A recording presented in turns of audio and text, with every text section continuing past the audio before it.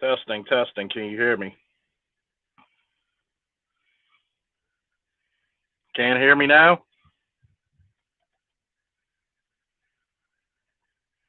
That is weird.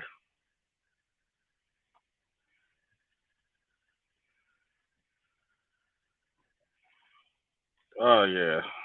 Great. What's up, man? That's my man TD Game right here, man. One of the best.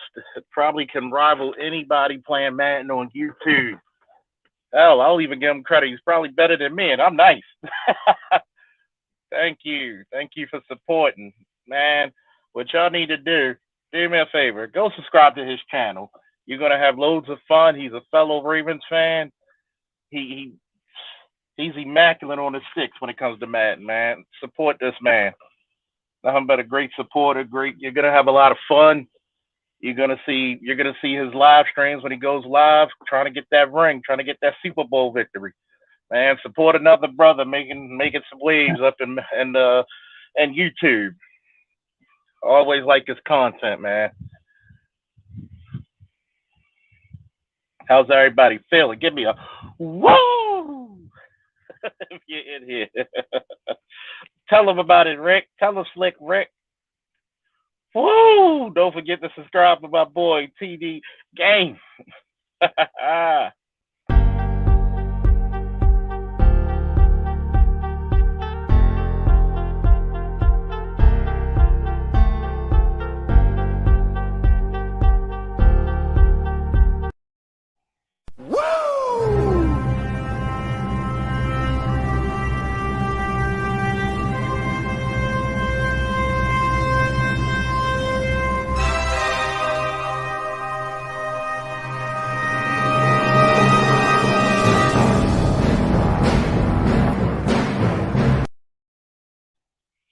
Yes, yes. We're doing a segment where people who had their questions about firearms, safety tactics, military, law enforcement, or just something that's actually an interesting question, you can post it in the chat. You can come on up. We're here trying to alleviate the ignorance. And a lot of people, I know in BGS's chat when he had his comment section, he had a lot of detractors when he just posted a video of how, what's up, Hybrid Ninja, Linda, Dr. T.S.on Johnson in the building. Woo! Simply Deep, what's up? And it's funny because what happens during these issues of firearms, you're going to see a bunch of politicians and lawmakers come out with some type of way to counteract it. And it's usually with a gun law that usually doesn't make too much sense. It's not practical. But yet, I myself believe in the Second Amendment. I'm a 2A kind of guy. To each is their own.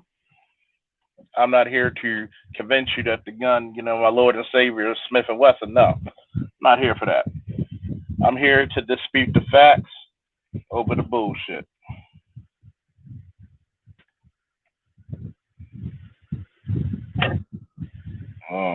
Yeah, about to be peace and pleasure. Okay. See, there's many a times when you're in training with firearms. One, remember, first rule of firearms: treat them all like they're loaded. When you treat them all like they're loaded, even when you know it's unloaded, you're still going to have to respect the weapon. Just like I said before, firearms are a tool.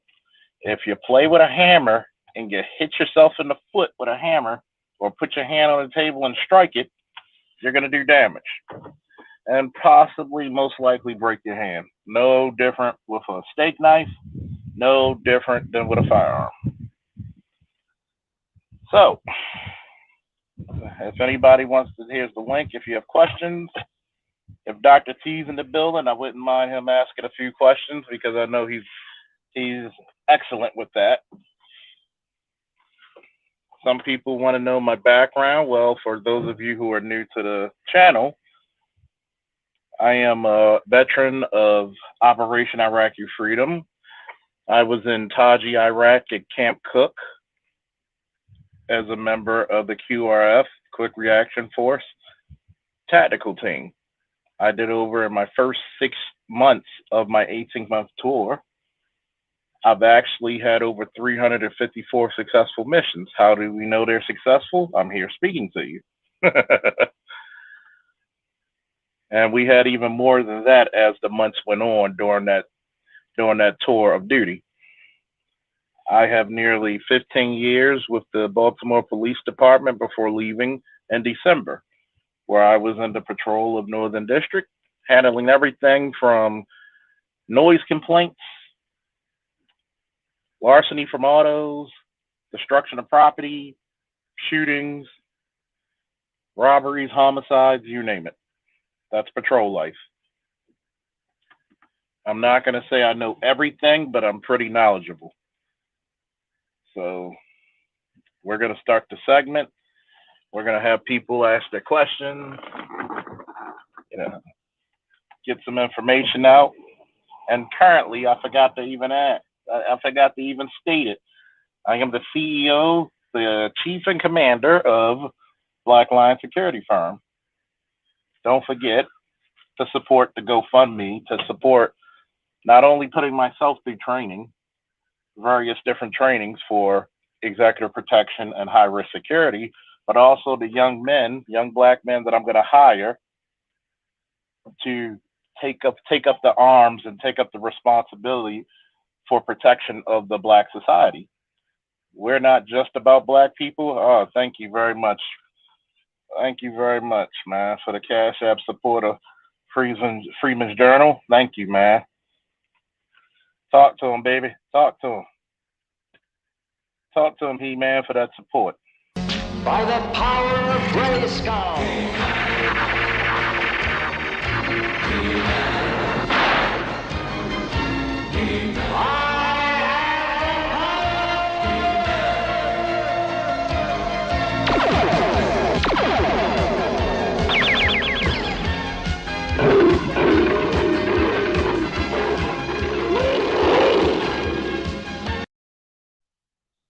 Salute to all my 80s babies like me.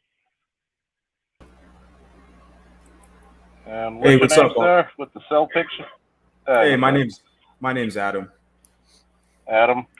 Like Prince Adam. Secrets, the Guardian Secrets of Castle Grayskull, right? No, Yeah, I'm right. just joking. Hey, yes, sir. Yeah, I was just interested. I wanted to hear a little more about your background in wrestling. Well, my background in wrestling started at Lake Clifton. Well, when I went, it was called Lake Clifton Eastern. Go Lakers. I started wrestling under a man named Larry O'Neal Brown Sr.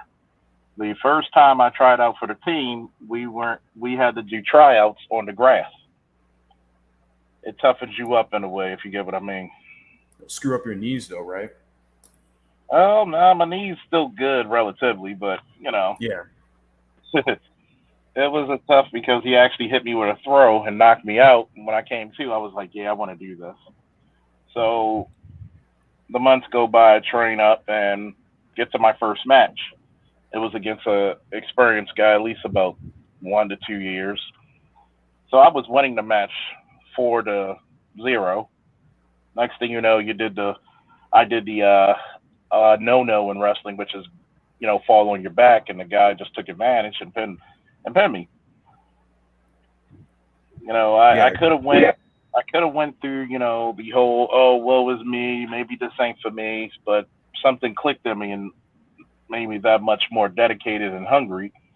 So when we went to the championship tournament, the same guy I lost my first match to, I had him in the first round, and I pinned him in less than 2 minutes. Then I went against a guy who wrestled junior league as well as high school, and I won that one by pinfall as well, around the 5-minute mark, I believe. And the next match, it was against a guy in the championship finals, which was amazing because it's very rare for first time ever wrestlers to make it to the championship finals. We actually went through triple overtime, and this was a guy 2 weeks prior. I was winning the match 15 to nothing, then pinned him. And he put up such a damn fight, and it was to the third overtime where he was backing up, and in wrestling that's called stalling. So at first you'll get a caution. Then my team kept saying, "Keep going forward. We know you're tired. Keep going forward." So I kept going forward. He stepped back again. They said, "Caution, 1 point, new champion." And I was so tired, my teammates had to carry me to the bleachers to get some Gatorade and pump it up in me.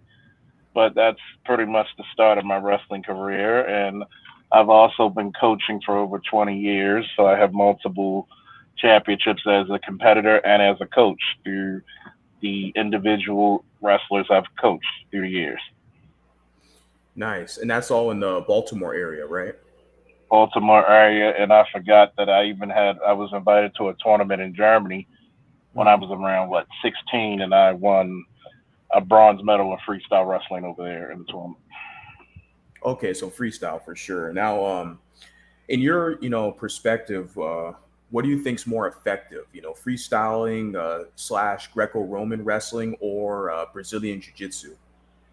I've tried all of them. Right. Yeah. One, they all. I'm gonna answer it honestly. Yeah. They all have their strengths and weaknesses. For Greco, most guys who get into Greco, you're gonna have to develop some unusual levels of upper body strength. Which, thank God, I had. Freestyle, you got to have explosiveness. You got to be bam, because jump of the takedowns of legs. Yeah, jump on the legs. Mm-hmm. Yeah, you got to go for your doubles and singles, and you got to be explosive as hell. Right. Brazilian Jiu-Jitsu is more. Brazilian Jiu-Jitsu it teaches you a lot of things off your back. Even though in a real street fight, you want to be less on your back as possible. Exactly. Right.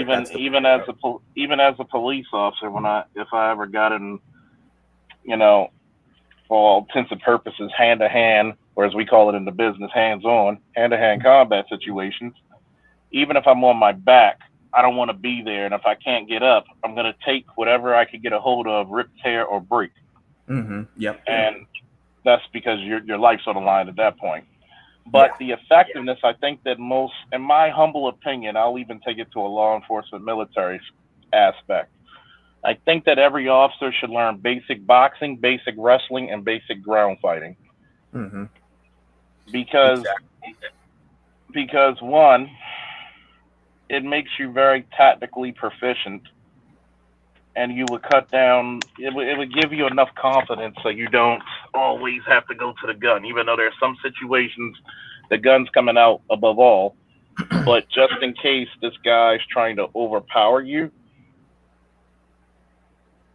you have different ways of defending. It's just a tool in a toolbox. Yeah, you can neutralize. Yeah, and when we looking at Brazilian Jiu-Jitsu, it's pretty good. See, the weaknesses of Brazilian Jiu-Jitsu is the takedowns. Or the pull guard, right? And you're on your back. Yeah. They're going to try to pull guard, which is a bad habit if you're and you get stomped out on the street. Yeah. Your mission is to get the hell back up. Where in wrestling, the weaknesses of wrestling is the striking. There is none. Except for the crossface. But the beautiful part about wrestling is that you can control the fight. If you want to stand, you'll stand. If you don't, you don't. Well, boxing, of course, the strength is the striking. Mm-hmm. But there's no defense against takedowns because there are none. It's more of a this one has the advantage. I say learn as much as you can and discard what's not, which doesn't speak to your soul. Yeah, exactly.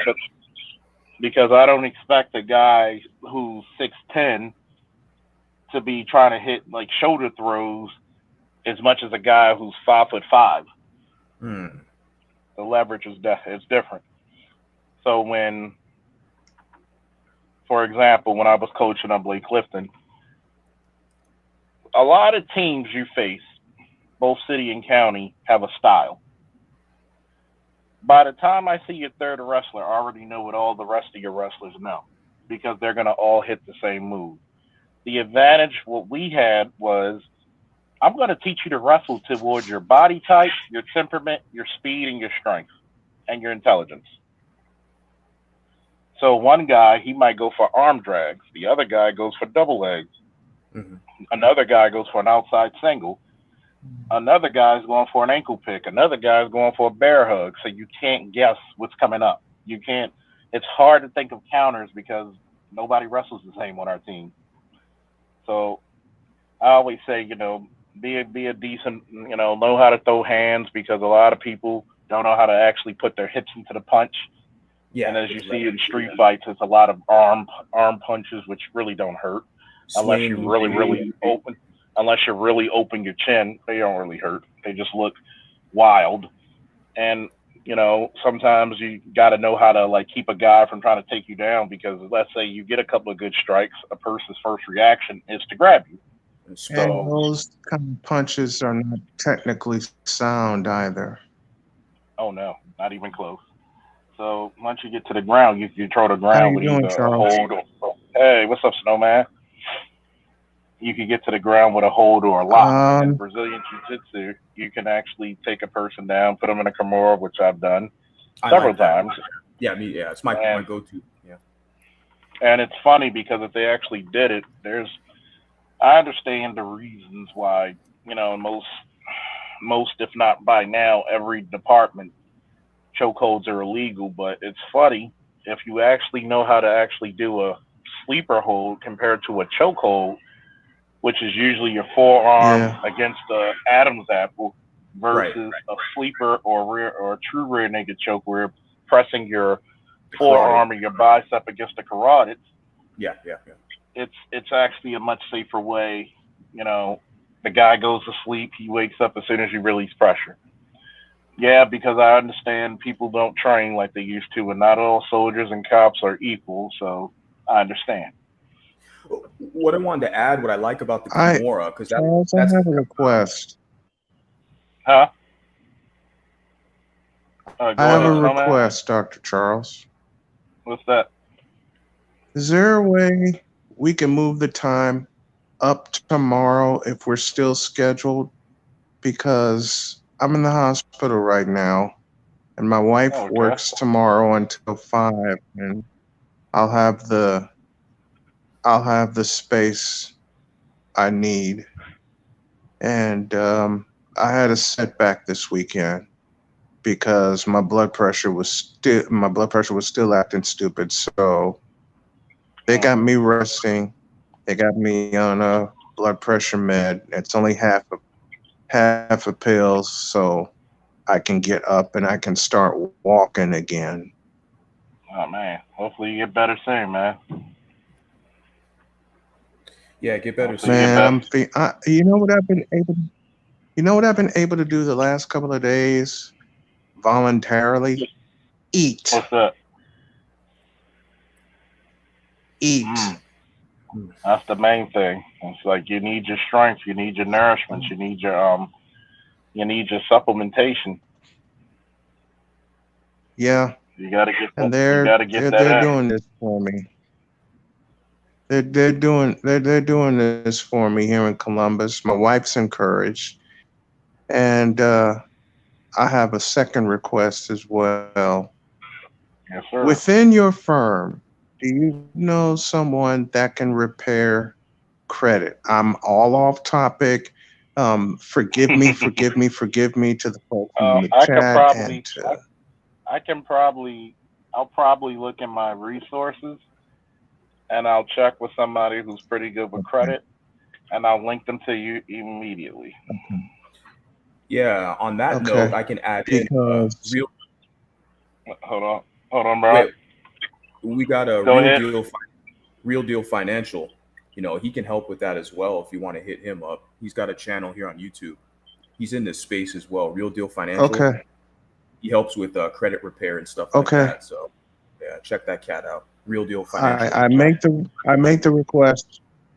I make the request because of my health issues, the fact that I stomped a mud hole in cancer's ass, and Hmm. my wife's the only one. my wife's the only one working right now, but I want to do something for her that will lead to our ultimate goal. And she and I have talked about this, and I want to talk about it tomorrow. We want to go back home, and back home for us, at least for a couple of years, was North Carolina. Okay. Okay. Well, we'll do. If you But need to me to do go to that, 8 o'clock, if you need me to go to 8 o'clock, I'll do that. Or let's you have go to be to free about it. let's go to let's go to yeah, let's go to 8:30 just in case, because I know 8:30. my wife's gonna be here from I think my wife's gonna be here from like 5:30 to 8, and visiting hours end at 8 here. Okay. And Don't worry. We and I got you. You want get some to rest. thank you. You get Thank some you. rest. We got you. We'll be up That's till our ultimate eight goal. thirty. Oh yeah, you get better. You worry 8:30 about tomorrow getting night better, it is. and we'll try to raise up some funds for you to get you better and get you on your feet. Thank you. Thank you. And to get You're us back welcome. home. Oh yeah, anytime. Thank you. Let me answer Triple X question. Charles Faulkner, what's the difference between state police, normal police, county sheriff? How does one outweigh the other in regards to different situations? Um, State police is usually, the chief law enforcement agency of your state. So, for example, we have Baltimore police who patrol the Baltimore area. Even though we got a bunch of agencies here, we have Baltimore School Police. Their jurisdiction is over the schools and the Board of Education. We also have the Baltimore Sheriff Department, which usually handles courts, um, summonses, and evictions and stuff like that. See, when you got to look at it, a sheriff is an elected official. A police chief or police commissioner, because here in Baltimore we have a police commissioner. He or she is appointed by the mayor, when the sheriff is actually an elected official, just like your mayors and your city council members.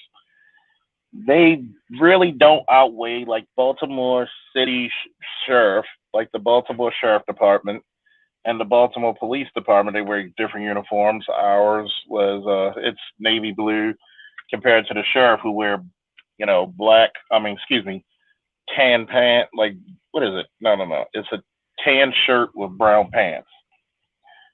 Most of the times when you look at that, you're going to see different. They're going to be specialized in different things. Where Baltimore police answer calls, even though there are times when we're short staffed, the sheriff department will help out and answer calls. But that's rare. That's not the usual. So when you look at state police, those are the people who are probably on your highways or whatever byways you have. But those are the people who, like for instance, in the state police, that's who you get your licensing from for your gun permits, your security firms, and all kinds of things like that. So And for there's a different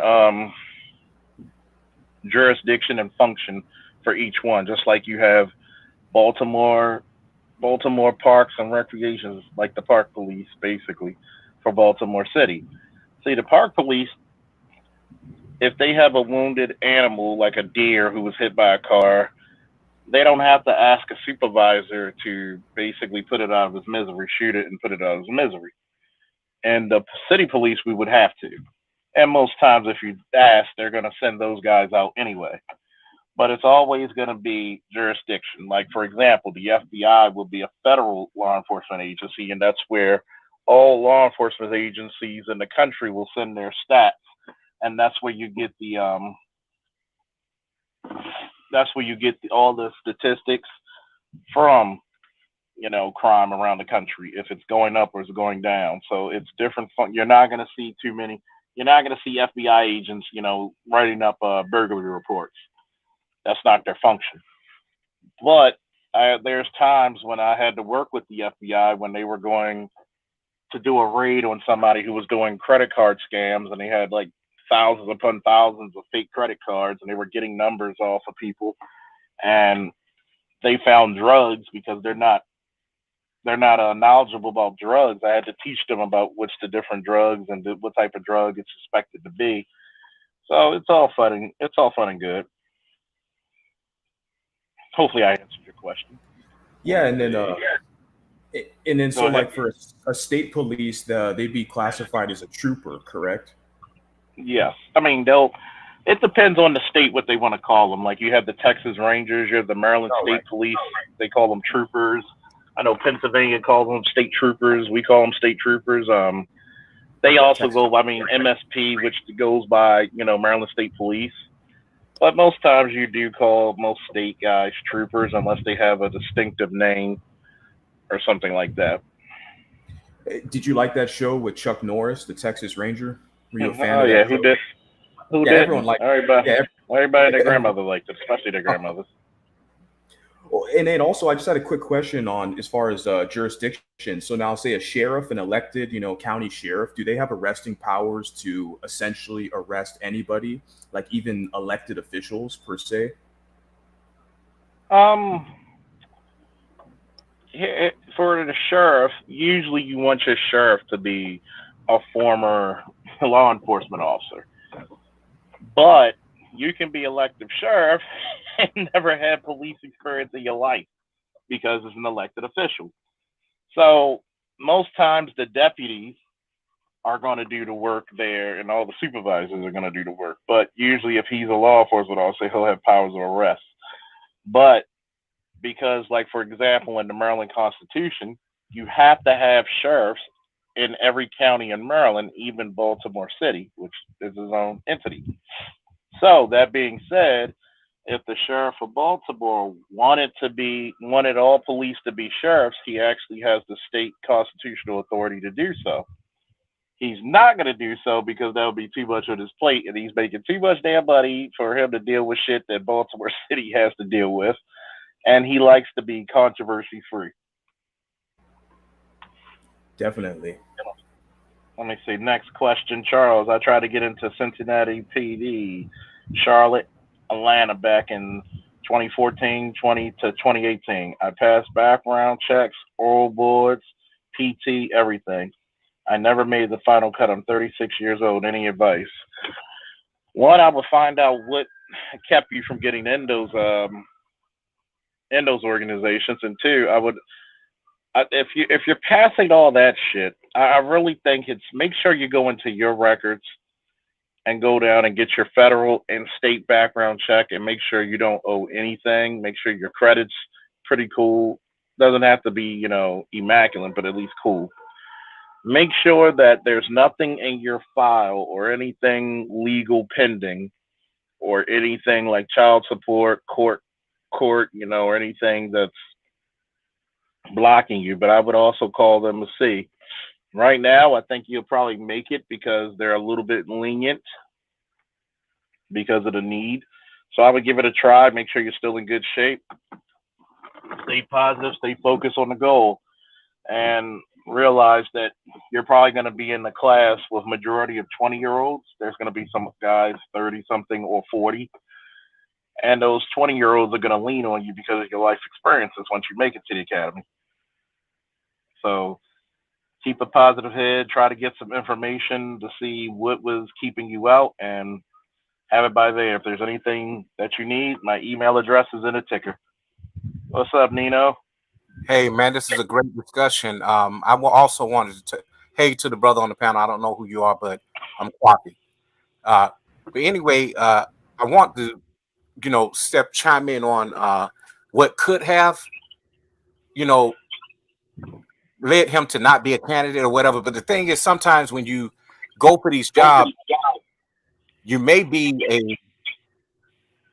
you may have you may check off everything, but it could just be one thing as simple as how you interview, how you write a report, you know, uh, your stance, everything, how alert you are, when you get hired, they look at all of that, and it could just be that one thing that throws you off. You could be qualified as an even education, and you just didn't make the cut because I went with a friend, to get a job. He invited me, and we went to get a job, for the Department of Corrections, and I ended up getting the job, and he didn't. He was like, "Man, we can't go get a job together no more because you always get the job." He I mean, basically broke out of friends with me because of it. But the whole point is it could be just that anything you could check off everything. You could be squeaky clean on paper. You yeah, know, you all the you way never down. know. You never know what they're looking for. For example, I went in for the interview for the mayor's detail, basically being executive protection for the mayor of Baltimore. They asked me my experience, which I've done executive protection in Iraq for high-ranking generals and politicians who were there. And that was part of the duties of the QRS. And I was the 50 cal gunner, so you're basically you have to keep a good eye out for everything that's out there.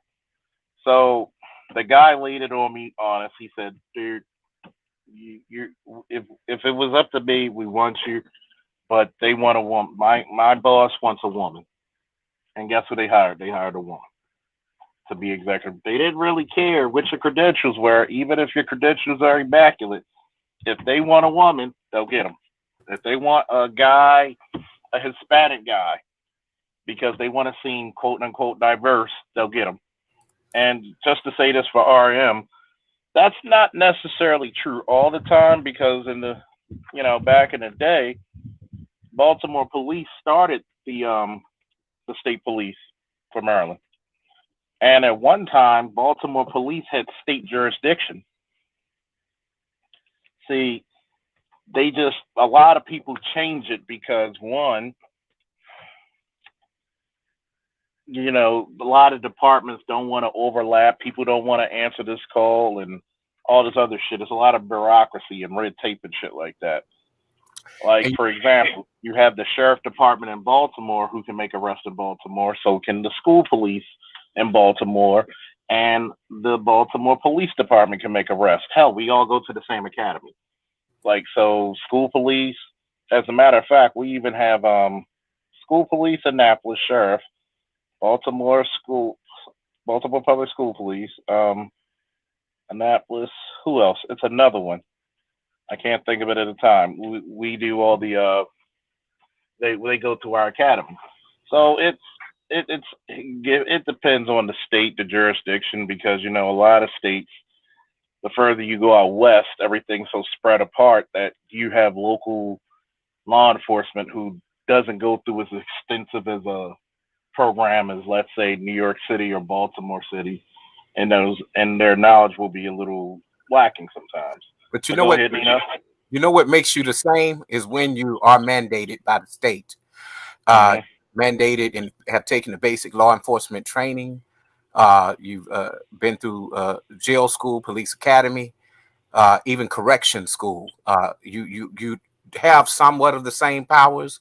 Which, say for instance, if you are a detailed officer for the Department of Corrections and you're a driver and you transport prisoners, if you see a police officer struggling and he's trying to make an arrest, it's your duty to get out as an armed officer to get out and assist him.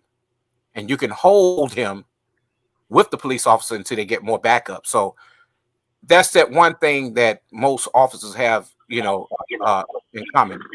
Yeah. Addition to even armed security. Oh yeah. And it's funny because I'm always, when I was in patrol, when I was with the department, I always was nice to the people of armed security because that might be, if you're in a situation in an area, they might be the closest backup to you. And you don't want to be like an arrogant prick, which I don't think anybody should be working in a field like that. And when you think about it, We it, got it. it, oh yeah, you got to think. There's times I'm in there and they're fighting with they're fighting with a detainee in the central booking, and you got to help the correctional officers sometimes. So a lot of times they'll see us and they'll help us out with a few things, and just being nice and networking. A lot of times we'll help each other out. Like, they'll take in a guy and say, you know what, you ain't gotta watch him. We'll put a detail up here for you. Cool, thanks. I wanted to. So I go want to. ahead. I want to address RM. He said when the feds show up. Okay, what about it? But if I'm understanding you right, when the feds show up, guess what? That means for you to move out the way, and that means local police. That means state correction officer, anything that's law enforcement, move out of the feds' way, regardless, right? It depends on the situation because it's like I said, the FBI do not specialize in drugs. The DA does. So you're gonna get task force like you had warrant apprehension. So you're gonna have people from Baltimore County, Baltimore City, probably another couple of jurisdictions, and there'll probably be a federal agent, like a federal marshal, with them getting these high task warrants. And they'll also have SWAT on the phone just in case if it's a really dangerous warrant. This person's known to be armed at all times. So it's more so of responsibility. Like you're not going to get too many FBI agents saying, "Hey, get out of here. We're the FBI," because a lot of them are going to tell you, "Okay, I'm not used to this, so you're going to have to teach me." You know what? So That is true. But what I'm saying is, it depends on the department. If they're like actual uh, trained for a certain unit of FBI, it depends Well, on. you got to think. Well, you got to think. The FBI is mainly. See, this is what happened to TV. TV kind of fucks up and distort reality. Most FBI agents are paper pushers. Half of them barely train with their guns like once a year. I can say that for some police, but the tactics are going to be different because they have you have the almost endless check called the U.S. government backing you compared to a city um, jurisdiction, which, I mean, you got to think. You got the amount of people here. Do I think we deserve more funding? Yes, but here and there. You can trust me. Like many, just to answer Mr. King knockout real quick. Go to any jurisdiction that's in a major metropolitan area because they're looking for people and they're looking for qualified people who can do it. If you're a people's person and you know how to talk your way out of a fight, you'll be perfect. Hell, come to Yeah. Baltimore, Yeah, go to New York. Go most of the ahead. big most of the sorry Charles, but most of the big cities, like even here in Vegas, I see on billboards, you're driving a major highway, they're advertising now hiring Las Vegas Metropolitan Police. I was up there in like the Bay Area and I seen signs, billboards as well, so there's definitely a high demand for officers. Oh He's yeah, correct. I'm right here in San Francisco, and he's correct. But a lot of people won't take the jobs if they're in Oakland. It's not a safe job for a black man, as much. Oh, And I shit. tell you, Vegas as well. Vegas is a tough. You really got to do work. You're yeah. doing. This is no Mayberry Town cop. No, this is Vegas. They get paid by the mob pays them well and armed them very well, so they're getting paid very well in Vegas. I mean, hey, the price is going up. Um, they deal with mostly like naval investigations, pretty much. So it's even when you look at federal, the federal guy isn't going to come into any jurisdiction with his chest poking out like you see on what the fuck is that show? Criminal Minds or something. Hey, we could do all this. Hey, no, they're gonna they're gonna respect those people in the uniform and the detectives of that agency because guess what? You're coming into territory you don't know shit about. You're coming off of our ear. Now, the FBI does come in to investigate corruption or if there's a high profile case, they'll be asked to use their resources. But most times, the FBI, most of them are paper pushers. And that is true. Let me say this too, Charles. I had come to start to respect even people that work in on campus security at colleges, because Mm-hmm. they still are police officers. They just have their own department, and they went to school and done everything that the actual county, city, state police has done. But at the same time, people don't respect them a lot, and they don't want you to call 911 police. They want you to call them. And I noticed that, especially a place like UGA, Texas A&M University. You know, I read up a lot on them. I used to work for I UGA. mean, Yeah. you got to think about a lot of colleges. We have two HBCUs in Baltimore city limits, which is Coppin State and Morgan. They both have their own fully licensed, fully, sworn units. They have security and sworn police officers. Most of the time, they do a pretty good job handling their own. I mean, we can assist when they ask, or they'll assist us if they see us in trouble. So when the Signal 13 comes out, everybody's coming. Nobody's, and no officer worth his shit is gonna leave you. Is not gonna answer that Signal 13. You're gonna be a shitty individual if you don't. And you're gonna be looked at as one. And usually that one that's a shitty, you got to echo. Somebody trying to bring somebody up, but if they're still an echo, he's got to fix his. He probably got to go out and come back in. Just RM, go out and come back in. Yeah, usually that city officer, he would be that one that I ain't about to take this call. I'm about to get off in 5 minutes. And you know what a supervisor, a decent supervisor, gonna say? Now, I'll say this: if you got guys who are stand-up guys and be like, you know what, I'll handle the call that's coming on shift. There's times to do, but legally, if they really want to push the envelope while you were on before 99-10-18 was called, you got to answer it. But it's the grace that sometimes the supervisors say, okay, what type of call is it? If it's something that needs a report, the next shift can handle it. But if it's something like an emergency, yeah, you handling that shit. You ain't getting out of that shit. Yeah, you got to go back out and come back in because some reason, I don't know, your camera is not allowing you for me to pull you up. And like in the past, we've talked about Captain Save a Police. How everybody was and leave you with the report. Yeah. I mean, people would try that. They tried that with me one time and they didn't like my mouth, so they learned that very quickly. Like a sprained ankle ain't nothing to fuck with. So a lot of times you're gonna have to I hate to say it, you try to get along with your coworkers because this isn't an office job. You might have to depend on your safety and your life with that other person just like they are with you. But once you get to a nice understanding, everybody will treat you for the most part fairly. Now, is there nepotism in the departments? Yes, you betcha. Somebody's daughter, somebody's son, let's say it's a major's daughter, a captain's son, some bullshit.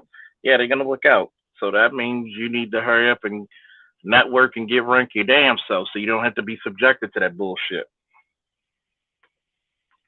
Let me see. Wolfbang said, Charles Faulkner, I haven't chimed in a while, but I have a query. I have never been to the joint, nor did, and I did do county time. I've been to the nut house, non-violent offenses. How do I get legal arms? Well, like I said, you got to go through a background check, and you have to apply to wherever your states. Go look up your state's laws because sometimes you might have to get expunges. Might have to go through expungement, and make sure if you had any type of emergency petitions where you were evaluated for your mental status or health, you're gonna have to go through and make sure get tested to make sure you have you're not somebody who we shouldn't give a firearm to, like that motherfucker up in Buffalo. Let me ask a question. Real quick. Go ahead. Go ahead. Ask your questions. That's the point of the show. I think somebody got. Yeah. The thing is, what I wanted to ask was, if I was seeing it right, I think that he was more so asking how he get a job in law enforcement. He said he'd never been to the joint, which would be the prison, versus only doing county time. Well, it's still if you're arrested, it depends on why you were arrested. If you got arrested for a felony, I doubt that any law enforcement agency is going to take you.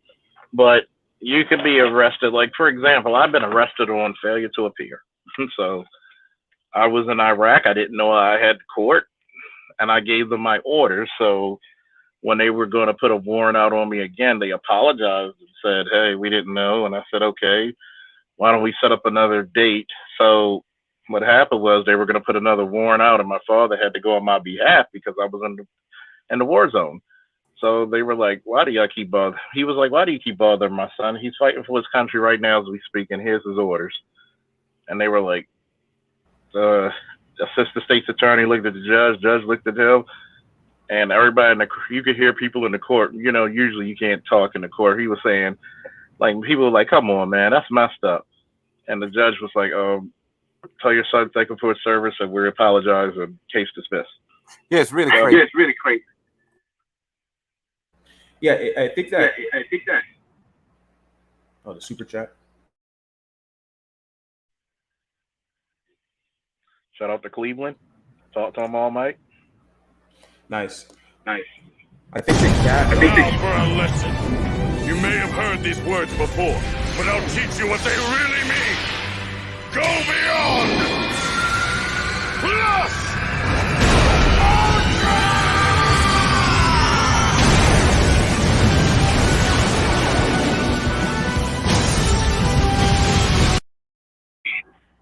Yeah, I'm gonna go watch that shit when I get in the house. That's dope. So go ahead. Dope. So finish what you were saying. Oh, I think I was. Wolf Band who commented. He said, "How to get legal armor." I think. Yeah,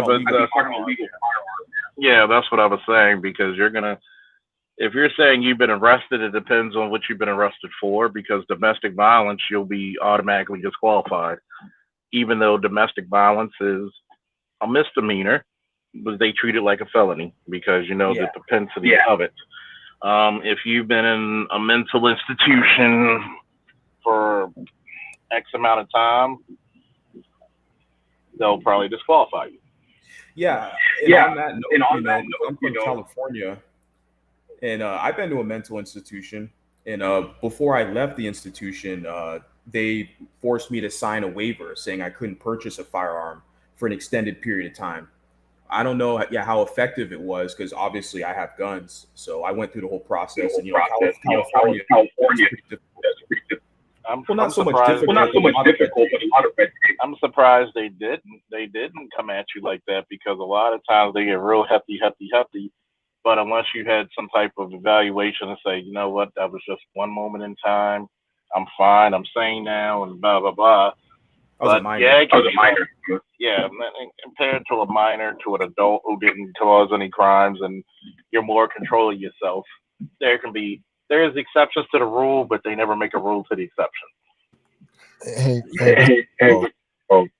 What's up, James? What's up? Yeah, I just wanted to think. Oh, go ahead. No, I was gonna say I just wanted to and brothers, this is something serious. Like, when you start purchasing firearms, man, be very selective on the type of woman you're dealing with. Because at the end of the day, as Charles mentioned, that whole domestic violence, that shit can really fuck your shit up. And this is not a time to be, giving up your Second Amendment because you chose wrong. Or you brought someone in your circle that you should be, that's a little leery, a little hot-headed, because those things can ruin. Oh yeah, I've been there and done that, man, because I've dated a woman. We were in a relationship. I said, "You got to get the hell out of my house. You and your kids are making it hot for me, and cops are supposed to have a low profile off duty." So you get these women who, and that's another thing, like when you're meeting a woman, for all you guys who are cops or about to be cops or thinking about it, even if you're in the military, if it's a jump off, don't even let her know what the fuck you do for a living. Because once she gets mad, the first damn thing she's going to do is go call your supervisor or call a supervisor. And the next thing you know, you're in their desk for a couple of months, and they take your gun and your arrest powers away. And you're trying to think to yourself, what the fuck happened? All I did was sleep with this chick for one time. And go ahead. Another situation Another situation would be, you know, you like the other guy was saying, you know, he wasn't hired for, he don't know why, but they look at everything. They look at phone records. They see how many times the police has been called to your house. Even if there's nothing on record that says that you've been in a violent situation, they would still consider it as problematic because of the police showing up at your house. You know, as a law enforcement officer, the police cannot be called to your house more than once a month. Probably not even that, you know. And if it's a domestic violence situation, they considering that as a problem. You know, it could be anything. And, Go ahead, James. I was gonna say, I mean, and there's sometimes, bro, and you know, this happened to me. There's some departments, man, they just got some, you know, let's say you're like last on the list and they got to choose this person, that person, you just get bumped off. So don't take it personal. You know what I mean? Like, as much as we may think about like, oh, you know, I had everything crossed and done it. Sometimes it's just, you know, the luck of the draw. Like someone's pushing somebody's son, and you know, like Charles said, nepotism. Like I've seen it with Mayor's sons. He's horrible. Has no, but it was like, okay, I need to get him in, and it was either him or you. And you belong to a department? Oh yeah, yep. Which one, if you could tell? No, I work for ethics down the map. Nice. Thank you for your service. No problem. You're more the professional standards. Say that again. You're more the officer in the Office of Professional Standards Investigations. Yeah, and it's yes. So I've seen it. I've gone through it. Like I think the first time when I met Faulkner, I told him about when I applied for Maryland State Troopers. And I had my schedule to go meet with the boards, everything. And it was like within 3 or 4 days. Mind you, they went through my background because Baltimore, just Maryland, they have the electronic federal background where they just, you know, I went through the electronic fingerprint. That was the first time I ever seen that. And they were like, believe it or not, when I first signed on, I had to get the roll on. I mean, they still do it, but for like when I bought my suppressors, I had to go through ATF. Like ATF had to get the roll on, you know, fingerprints when I bought my suppressors. But it's faster because they go through both state and federal to check your background. So it's a lot faster than when it used to be because God knows back in the day it took forever and a day for your shit to come back. It sure does. APHIS and NCIC is what they go through now. I mean, and it come back within minutes. Yeah. NCIC is a motherfucker. Yeah. That's why so many people, when we go pull them over, they'll try to lie and say, I'm such and such. And you see their picture and they look nothing like it. You sure? Because I will just detain your ass and hold you up and we'll wait till your fucking fingerprints come back whenever a fucking FBI feels like coming back to you. All right, I ain't got no reason. But go ahead, James. Yeah, so I was like, literally last minute they sent me an email. They're like, oh, we're moving on to a different candidate. So I've gone through that side, you know what I'm saying? And it was the weirdest experience, but it happens, man. It really happens. So don't, you know what I mean? Don't beat yourself up. You know, whatever, you know, what didn't work in one department might work for another. Yeah, and in that experience of you could be a person that, as they use in the South, overly qualified. Like I have a master's in criminology, you know, and jobs were pretty tough in Atlanta at one point. Mm-hmm. To the point where you had to end up, you know you're qualified, you know, and they tell you, oh no, we're not going to give you the job. We decide to move on with another candidate. And the reason why, because they wanted to pay that other candidate a smaller salary. So they rather work with somebody they could train, they could use entry level and get them to do all the work than to pay you what you're worth. Oh yeah, a lot of places like that. That's where they're trying to push out younger officers and give you more time to work instead of 20 years. They want you to do 25, and they want, because you got to think, for a 20-year vet, you could probably pay about 3 officers for what he's worth. Mm-hmm. And it's incredible because for my organization, I'm going through typing up the the proposals and everything, and I have to make a standard of what the officers have to do. I'm still confused on what should I call myself, commander or chief, but some people, half my friends like one and half my friends like the other, and half the subscriber count says, hey, call yourself this. Even though I've decided that I'm going to wear the ranking of the colonel, that's going to be the rank for it. And hey, I earned it, shit. I like that. I like that. Everything that you have at the police, and the police and military, I have a lot of experience, and I'm wearing that colonel rank, and it's going to be very paramilitary in my organization.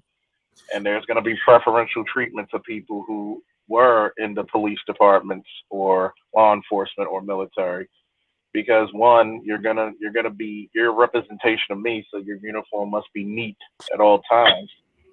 You're gonna have to know how to conduct yourself even during high pressure situations. Now, I'm not saying you don't kick an ass when an ass needs to be kicked, but know how to talk yourself out of majority of your fights. If you do go in one, you use sufficient force needed. You don't go above it. If a guy pulls out a knife, you pull out your gun, hey, I'm not going to have a question about it. But if you pull out, go ahead. When I look at, I think about more like you're adaptable in any situation. You could have your corporate guys for that part of security that wears the suit jackets and the slacks and the patent leather shoes versus uniform, because you have guys. Corporate accounts calls for, a more there's various levels to it. You have your high risk security where if it was me, you and James, well, we have to have plate vest, and we have to have vests with vest carriers with plate vest in them, and rifles with our handguns strapped to our thighs. That's because we have a show of force. So there are sometimes you have to have the more executive protection, i.e. where basically all executive protection get their cues from is the Secret Service. Even though you see them in suits, maybe some sunglasses or gloves or overcoats, underneath those blazers, they are heavily armed. Okay, very heavily armed. They got submachine guns and pistol rifles. They got them because they'll have a cross draw and have for example, if you ever noticed the picture when Reagan got shot, there was a Secret Service member who just broke out of his briefcase, or underneath his jacket, he pulled out a Uzi. So a lot of it is like you'll never see when you go to the classes, which I'm going to go, and that's why I'm going to put the GoFundMe up to supply myself and other young black men I want to put through the training. Because go ahead. Look, Grant. Real deal. Oh yeah, you got to have some determination. And when you go there's sometimes you talk yourselves out of fights. People always call. It's funny when you start to be known in a department where you have rookies coming out the academy who heard stories about me, and they're like, "Did you really break that guy's arm?" No, I didn't. I broke both of them. And they're like looking at me like, "Oh man, you're nobody to mess with." I said, I'm a nice guy. Just don't try to hurt me, because then I'll be forced to hurt you. It's not like I go around and say, "Hey, you, come here, Nino. Give me your goddamn arm." Crap. No. I'm running. No, I'm more the guy who rather have a good time laughing, joking, and talking shit. That's more my mentality. But sometimes as anybody who's been in corrections, armed security, police, military, when it's go time, it's go time. You got to be on. Everything, somebody's life is in play. Yours or even the suspect that you're facing. You want to try to utilize as minimal force as necessary. If the guy surrenders, hey, fight over. If the guy tries to advance or he tries to get an upper hand, you do what you got to do to get out that situation. Facts. But look, because I heard this interesting topic, I had to chime in on it as a ex-law enforcement officer as well. And I didn't mean to come up, and the other brother, he left. You're great. People enjoying it. So it's good because you give a perspective that I may not be thinking of at the time. So everybody's perspective is great. It's better to have all the minds and interacting than even the greatest mind by itself singular. Definitely. And I was the guy that was up here, he was from California, and I would have wanted to know more about it. Was he in law enforcement? A question I didn't ask him. Oh, okay, because he talking about the hiring processes. Well, really, the hiring billboards. They have a lot of billboards for little towns though that need police officers. But I guess that's why people are not applying, because they little towns. Well, I mean, look, I'll say this. You have to be very selective on what type of personality that fits your metrics on what police department you want to work in. Like, if you're a person who's go, who can handle that up pace, then I say, yeah, go to the bigger metropolitan cities. Obviously, they have bigger budgets. You have better opportunity of growth, but you also know that you're going to be working and you're going to deal with some shit. As I remember Faulkner mentioned, like how many homicides he. You know what I'm saying? Oh yeah, you went out for like 15 seconds. Repeat what you said. Yeah, my fault. I was just saying, like, how you mentioned your experience working in Baltimore PD, Oh and yeah. how many homicides you've seen versus you went to, some of these other towns, you'll probably see like 16. Yeah. So this goes back to what type of personality do you have? Are you a guy who can handle that those type of up tempos? Like Vegas is a very hostile place. You got the cartels, you got all this stuff. The West Coast is a different animal as well. Yeah, the West Coast and East Coast. If you're a cop in the West Coast and East Coast, you're valuable around the country because you can handle just about anything. Because, good Lord, you're dealing with in Vegas. The main thing about it is you're going to be dealing with a lot of goddamn tourists. Because I notice a big difference in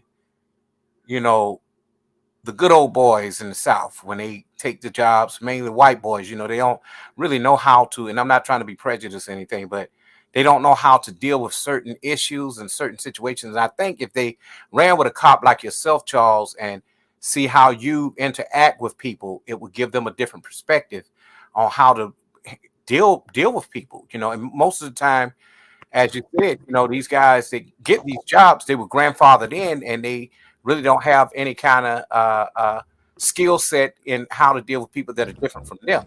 Now Vegas and California, especially places like LA, Compton, and all of that, guess what? Those boys out there, they on the beat like early. I mean, crime is happening as soon as they get on the clock, Yeah, right after briefing. yeah. So I could definitely. Just to answer this question, when I first started with Baltimore Police Department, I signed up for 20. Then sometime down the line, they said 25. So they're trying to get to 30, but they know nobody's gonna stay that goddamn long on usuals. I mean, some people do, but most won't. But go ahead, James. I was just going to basically say, I think one of the issues for the guys down south is that they still have, and maybe you can piggyback on this, Charles, and you as well. They still rely on old police models, like the old school, like slave catchers, if that makes sense, right? And a lot of that, and that, in my opinion, a lot of that stems from a lot of the leniency on gun laws, right? Because now they perceive a lot of things as lethal force when it's not lethal force. And I think that's one of the issues where, again, you know what I'm saying, you're going to have these different social interactions versus guys on the East Coast, West Coast versus these small towns because, that's their way of answering things, if that makes sense. Well, you got to realize when it comes to places, I'll candidly make sure we get a bunch of likes. Make sure if you want me to answer the candidates, give me a couple of woos, hey, a couple of donations. I appreciate the ones that have been. But to answer it candidly, the main problem I'm seeing through many jurisdictions, remember, I came from one of the biggest police departments in the country, which is what the 14th largest city in America, and we have the seventh or eighth largest police department.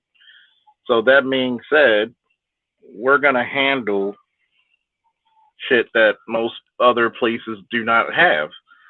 We're gonna have a we're gonna have a propensity to be okay. We see what the fuck this motherfucker's trying to do.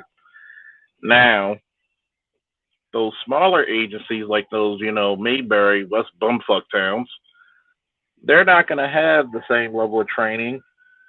And you get some guy who says, I want to be a cop like my daddy and all this other shit. And he gets the job, and the next thing you know, he freaks out because he's never had to deal with such a dangerous, opposition compared to me. I'm like, hey, is it's what it is. Yeah, by the way, fuck Marilyn Mosby. But anyway, You know what? Go ahead. James said, depends on what kind of officer you want to be. You only know your pace. Like I started when I was 19, and I got out right at 35. And the thing is, even now, if I decide to go back in, I would be more of the training officer, more of OPS, Office of Professional Standards, because I'm all about accountability in and outside of the department, because, what your officers do can give a reflection on the whole department. It's always that one that's going to do something crazy, so. Oh yeah, it's always a reflection because a lot of people don't understand you're a public servant. And that being said, when you got to act like you got some sense because everybody's always recording.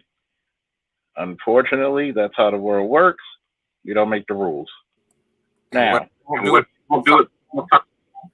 I'm not going to be in. I'm not into the quit. I'm not like that. So if a person is doing something wrong, don't work with me. Yeah, I had to tell a couple of cops, like, yeah, you into some dirt, get the fuck away from me. And when I say dirt, I'm speaking, you beating up somebody. You want me to falsify the report. And the answer would be no.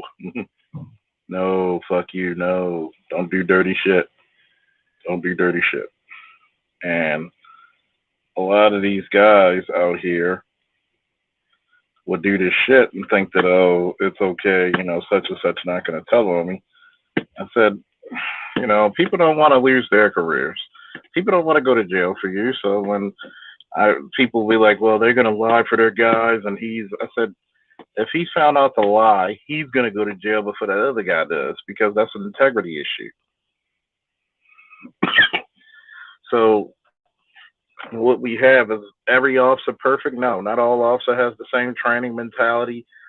It's just, unfortunately, it's one of those jobs or occupations where one person does something wrong, you're going to condemn the whole department. Not even just the whole department, the occupation itself, you're going to condemn. I mean, I was gonna say, George Floyd. You know what I mean? That alone for so many departments, even good ones, we got to start looking at everybody. Like, it's sad. Yeah, that George Floyd shit was very disgusting. Because one, that could have been handled a lot better from any ratio, any standard of measurement. You know what I'm saying? The thing was, they was afraid of that high-ranking officer. They called themselves giving him respect, but they was a piece of shit to even go in on not saying nothing, because those guys, and I could see that this Derek Chauvin man was somebody who was like, really, telling him, bragging about his rank and how long he had been there, and probably telling them an easy way to get through, and it was just really fucked up. Now, I will tell you this. I just think that the one with the red-headed one that was like, I think his parents is Asian and black or something. He's black and Asian. He was brand new and he got caught up in the shit, But the whole point was, man, you just that right there was just really inhumane, and you have to think.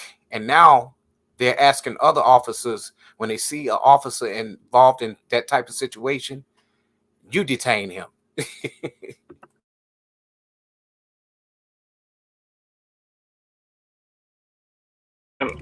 It gets like that sometimes because one, you have a lot of guys you don't know what the fuck they're on.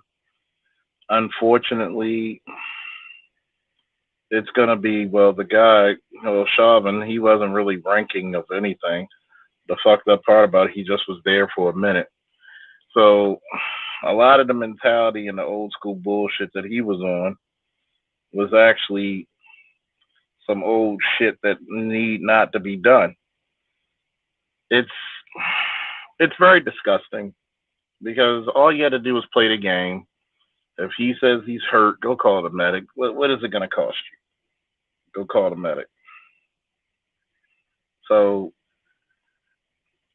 a lot of that shit was like learning different learning aspects that I think that all officers should apply for. The most Go ahead. The most awful police department there is the Arizona Police Department. I don't know what county or what city it was. You talking about Phoenix? Yeah, the one Elijah McClain. What's going on, G? I didn't know that was you, boy. What's up? What's up, Coffee Nino? What's up with you, brother? Nah, man, I ain't talked to you in a while. How you doing, Charles? How you doing, big dog? Yeah, but what's up, man? Pay respect to the owner of the page. That's right. But let me just say this really quickly. I would say that police department is the most awful, man, because Yeah, you talking about Phoenix. Yeah, they call Maricopa County. Yeah, well, Elijah McClain was killed, man, and they still ain't they swept under the rug. This is a boy that was walking home from work and begging for his life. And you don't hear nothing about it anymore, but I will be talking about it more in a Nino exclusives.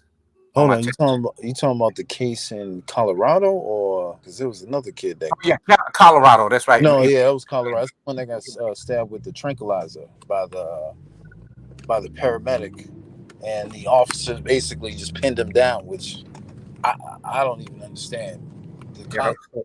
We know part of the problem is these officers aren't like Officer Faulkner was. They not us. So if you're dealing with a lot of times those, and excuse me, Charles, I ain't disrespecting law enforcement. A lot of those white boys can't handle us physically. We more physically dominant than them. We'll slam them. If we wasn't scared of the badge, they couldn't arrest us. Or if they didn't have the gun. Yeah, if they didn't have the gun, they couldn't physically take us down. I watched a video not too long ago. A little 16-year-old boy suplex one of those cops, and everybody was yelling at him to stop. You got to look at it, right? A lot of those guys, especially, this is for all my white listeners, guess what? Everything I want to say is absolutely true. So if you feel insulted, that's on you, but this is how the culture works. A lot of white guys never had to really be indoctrinated within black culture. A lot of them didn't have to live that way. A lot of them didn't have to live near us. So you get like some of these guys who are from whatever county or whatever state. Not saying it's all of them, but you have some good officers who work in a metropolitan area who are white. You do. But there's a good amount of them who never been around this type of around this type of climate, and they don't understand the cultural nuances of black people. We're very social, so that means you might see a group of like two black guys who ain't see each other catch up, and they'll stay there for 30 minutes talking. to somebody who's Asian, white, Arabic, who's not familiar with black culture, he might think when they shaking hands and all this, it might be a hand to hand, you know, CDS transaction. And it's a cultural thing. Remember, even you in your cities, DC and Baltimore are like what, 35, 45 minutes with no traffic, but they have two different cultures. We listen to club and house, they listen to go-go. Their slang is going to be a little different. And not to mention that, officers are all of us got handshakes in our neighborhoods. It's universal. No matter where you go, every hood got a handshake. Yeah, that's how you identify what hood you from. So it's a cultural nuances that we're not given the respect from. Like, they think that every guy who's from the age of 15 to 25 is automatically a drug dealer. We don't do ourselves any favors because our most popular shows are crime shows. Think about it. Ghost couldn't have been a lawyer. If Ghost was in, if he was an upstanding guy and a good husband and a good father, nobody will watch that show, right? Always got to be some drama. We're kind of like victims of our own drama. You know what I'm saying? Well, that's just what's portrayed as popular, man. Like the dudes in the hood look up to the lawyers. We like, damn, them lawyers is cold. Like, that dude cold. Like, for a dude in the hood, a lawyer, that's a cold. Like the dude, like the lawyer in the 50 Cent series with his son. Like, that's what dudes aspire to be. Like, he was cold and calculated and intelligent, playing both sides. Like, that's really the hood dream. Like, man, I can go legit and still be in the streets a little bit messing with my guys, because let's keep it real. There's a street element to every race, and we could appreciate our street element too. And I'm not talking about criminal. I'm talking about the dudes with ice cream stands, the people that sell plates at their house, the people that make it without a conventional government job. That's looked at as good in our community. Like, that's an independent thing. If you selling dinners out your house and you able to have a business, the people that run card games, the after hour spots, we support those spots. You know what, G? You know what, man? The thing is too, even being ex-law enforcement and working in the prison system, I ain't even gonna lie, with some brothers there that I knew from the street that were barbers. Shit, when they was on the work detail, I would let them cut my hair. Hey, man, a barber in the hood could go anywhere, man. A good barber in the hood transcends gang lines. A good barber in the hood has more pull than a fucking mayor. That's a fact. There was an old dude that cut hair in our neighborhood named Curly. And he cut everybody hair when he was kidding. So it would be times where dudes from projects across town run into each other. And Curly tell them, nigga, sit your ass down. And they all sit down in the barbershop. Oh, yeah. Because we have been going there since we was children. We didn't know nothing but to listen to Curly while we was there. Oh, yeah. But that's, this is the problem of our community being so gynocentric, is that because we're so woman-led, when you bring men into the fold, there's a level of respect that man is going to receive. So when we get a chance to actually express our masculinity and our wisdom, we actually settle down crime. But as you notice, a lot of this shit is by design. I know I'm not supposed to say that, but think about it. Have you ever noticed, one, the amount of crime when you have no fathers in a home goes up strikingly? Two, go ahead.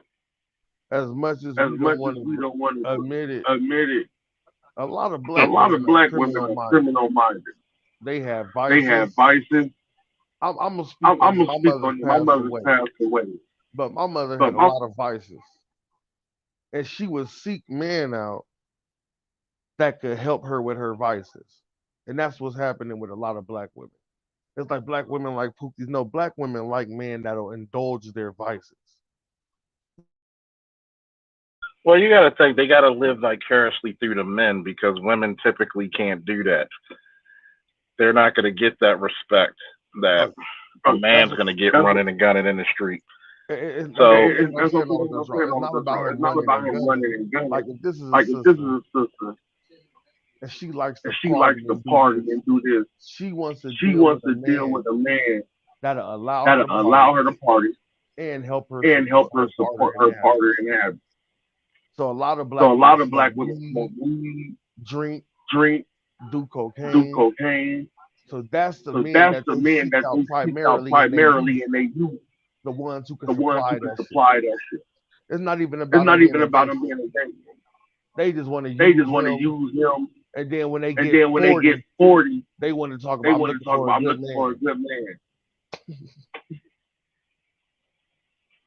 Yeah, because they're used up. They don't want to. Yeah, they don't want to pay for it. They want. They really. You got to really think about it, okay? And I had to come to this knowledge myself. Where there's chaos is going to be flames, and where there's flames, there's usually smoke that comes out of it. See, in our community, we cannibalize our kids, especially our boys. Our boys are almost like you said, encouraged by either mom sometimes, girlfriends, you don't know, to be criminal. Nobody encourages that young man to go to college and be successful like to the facture of what girls are. Oh yeah, my mom never said. Most of our moms never came to a parent-teacher conference. Or a sixth grade graduate. I remember in sixth grade we graduated. And all the kids that lived in houses, moms was there. All the project boys, nobody was there for us. Yeah, and it's funny because that's why coaches and teachers play very pivotal roles in a young black man's development. Even in my organization, which I've told people, there's people on Instagram. I should put the BGS probably going to scream at me, but I got to hook the GoFundMe and the Instagram link because a lot of times you got to think about it. What are you going to do with your young black men? Are you going to give them a piece of the pie?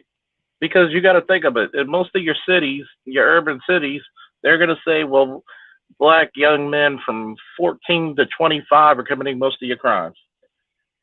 Not one person sat down to say, let's circumvent this shit. Well, the thing is, I'm saying from experience. We always knew dudes like you that'll help us, mentor us, that'll do that. But y'all got to go home tonight. You're going home to your family to handle your business and do what you need to do. When we go home at night, everybody drunk in the house. There's drugs. There might be a dude you don't even know. And you just go upstairs and you got to deal with it. There might not be no food in the house. And you come in the house and your little brother like I'm hungry. And we go back outside. Now we're going to steal from the store. This was our reality. And we didn't have nobody. Like my perfect example. I've been in prison one time in my life. When I came home from prison, I haven't been to the jail in 8 years. Because when I was growing up, I was taught protect this, answer the door. Nobody taught me how to do nothing to protect us. Like that's not an excuse. That's reality. I had never seen a job application. I had never had a bank account. I had never legally purchased anything. You know, we never got taught stuff. And you know what, G? Let me say this. And I know where you're coming from. You know, I know your story. And a lot of people will have you to believe that it's sometimes because of the father not being home. Sometimes the father could be there in the home and not have any kind of connection with his own kids, for some reason or another. We don't know. Maybe he's not educated enough about life.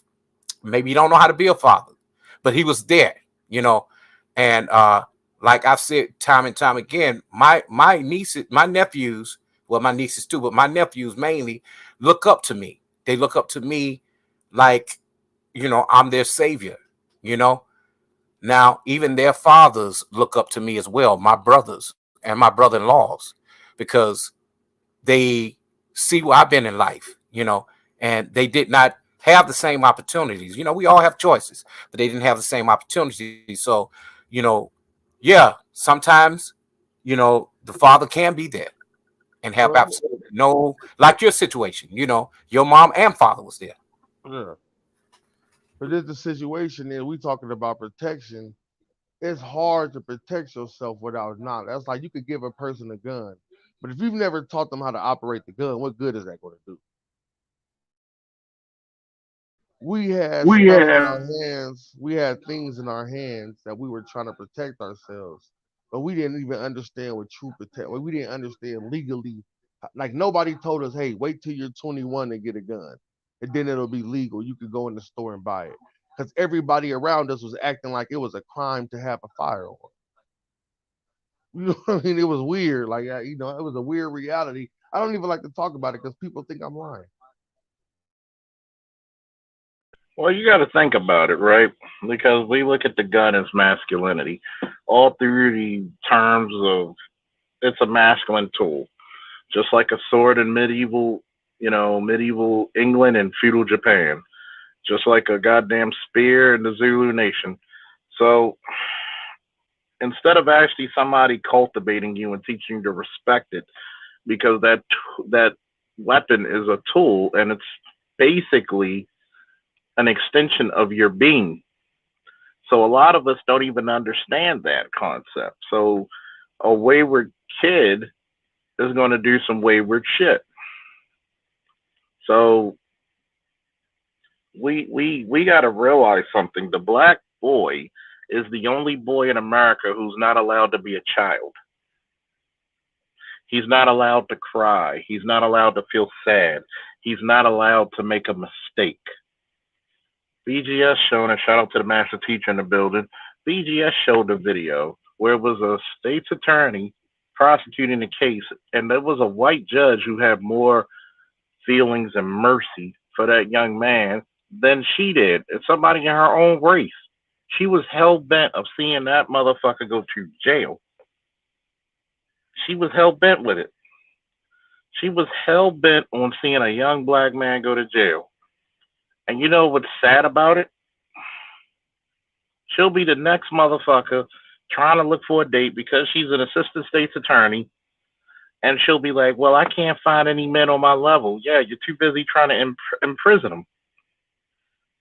But yet, how many times have we seen people of other races, especially white women, who commit murder, shooting a black man in the chest in his underwear watching football?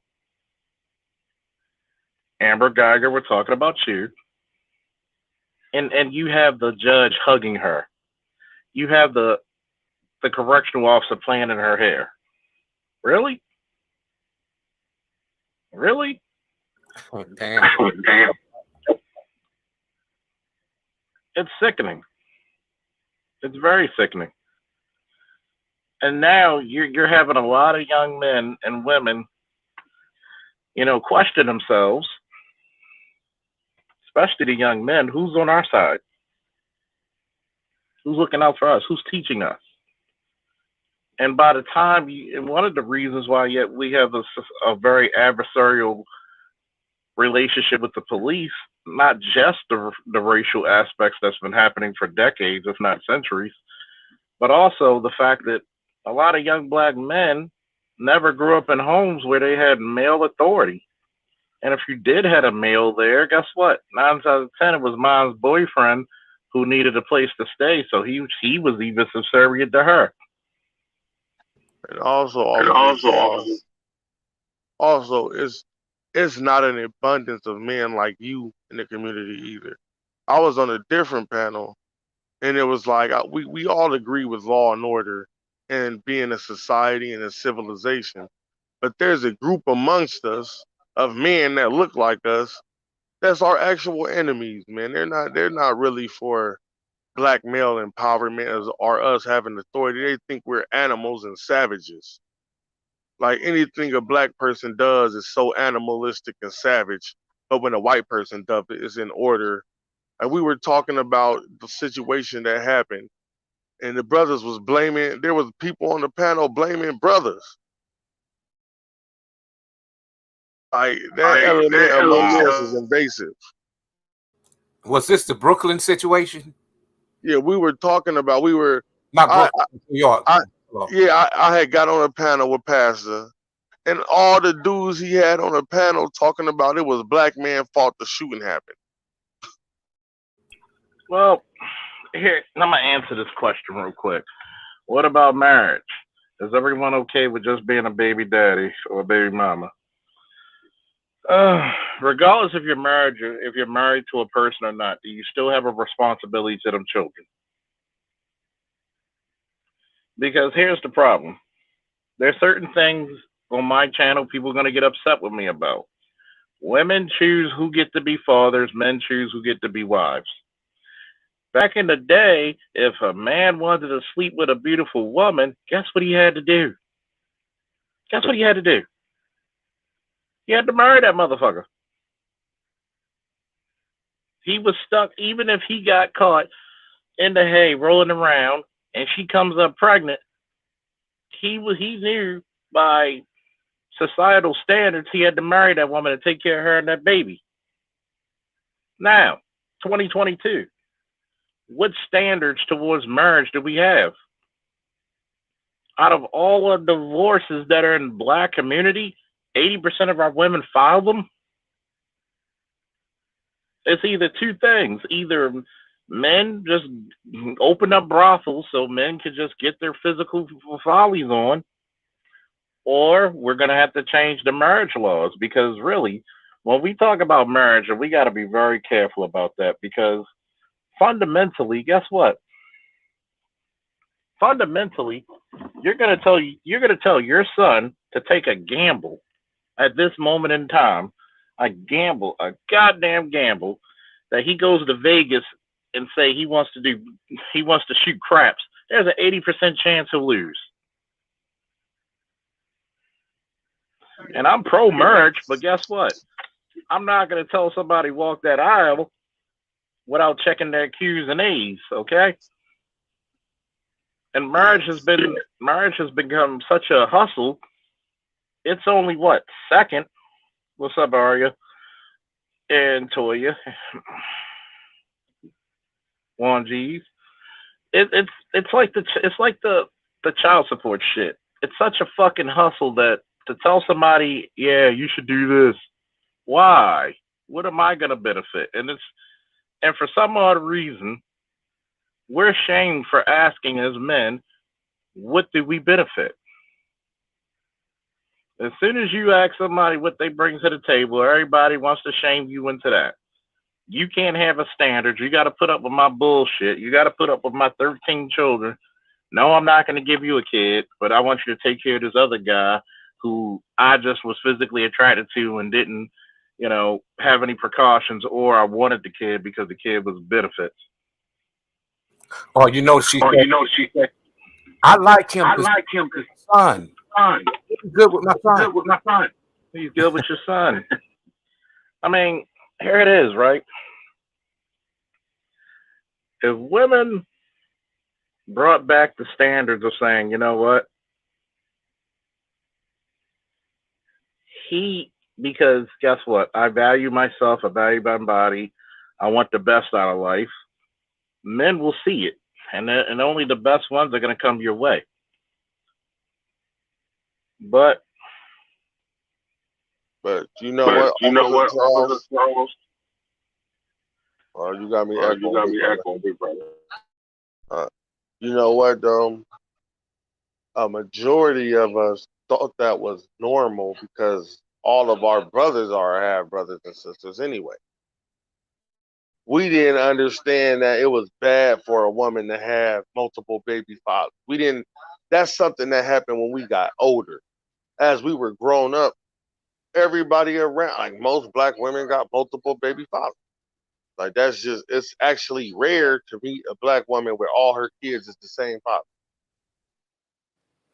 Well, I mean, just to piggyback on what you said, G, I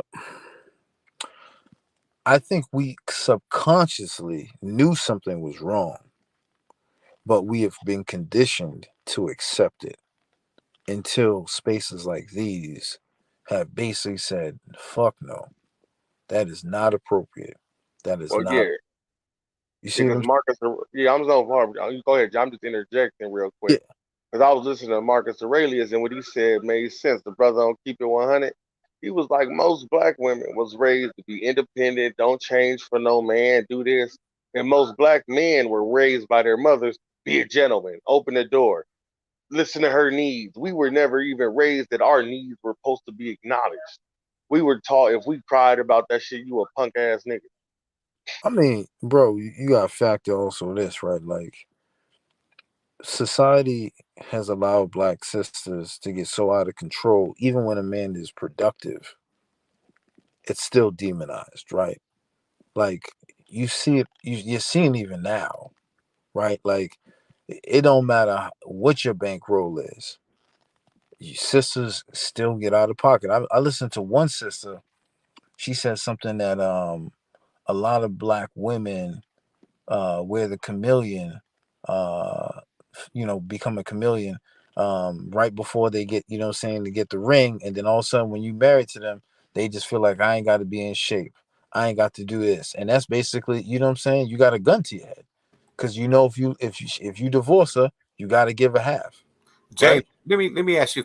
Not let me ask you a question. Let me say something real quick. I just want to say, even now in the spaces, you have a lot of women now that for the men who have fought so hard, like the men that were here way before a lot of us, like BGS and all of them, Mhm. they have fought so hard to make the spaces what they were meant to be, to the point to where now these women, we don't even know where they're coming from. They come into the spaces, they sweet at 1 minute, next minute they something else. They come in, they seep into the spaces, and now they're having you to believe that you're supposed to. They're having you to believe that a man is what they think that a man is supposed to be. Oh, you're too emotional. That type of bullshit. Or you seen what happened to me on panels, Quaffy. When the women come on, I hold them accountable, and all the brothers jump on me. Let her talk, G. Stop doing that, G. Doing it. I'm like, damn, man. I thought this was a male space for accountability. As soon as a woman come up, these niggas start simping. To answer your question, I have no problems with TRT. Consult with your doctor to see if you're healthy with it. Oh shit. And assalamu alaikum, Philip. And wa alaikum salam. Well, Farma. like salam, Philip. And you gotta think about it. Let me see. Lorenzo Davis said, "Couldn't we flip the law around if we get half the money?" Well, here's the reason. Here's how you flip the law. You're gonna have to get more representation in law enforcement itself. You're gonna have to get more black men and black women, black men especially, in those positions. Because what's gonna happen is you're gonna see who enforces what needs to be said versus versus certain laws. Because guess what? It's those police officers. Yes, you need politicians, but guess who's going to be telling you which law is going to be followed and which is not? It's going to be them cops first.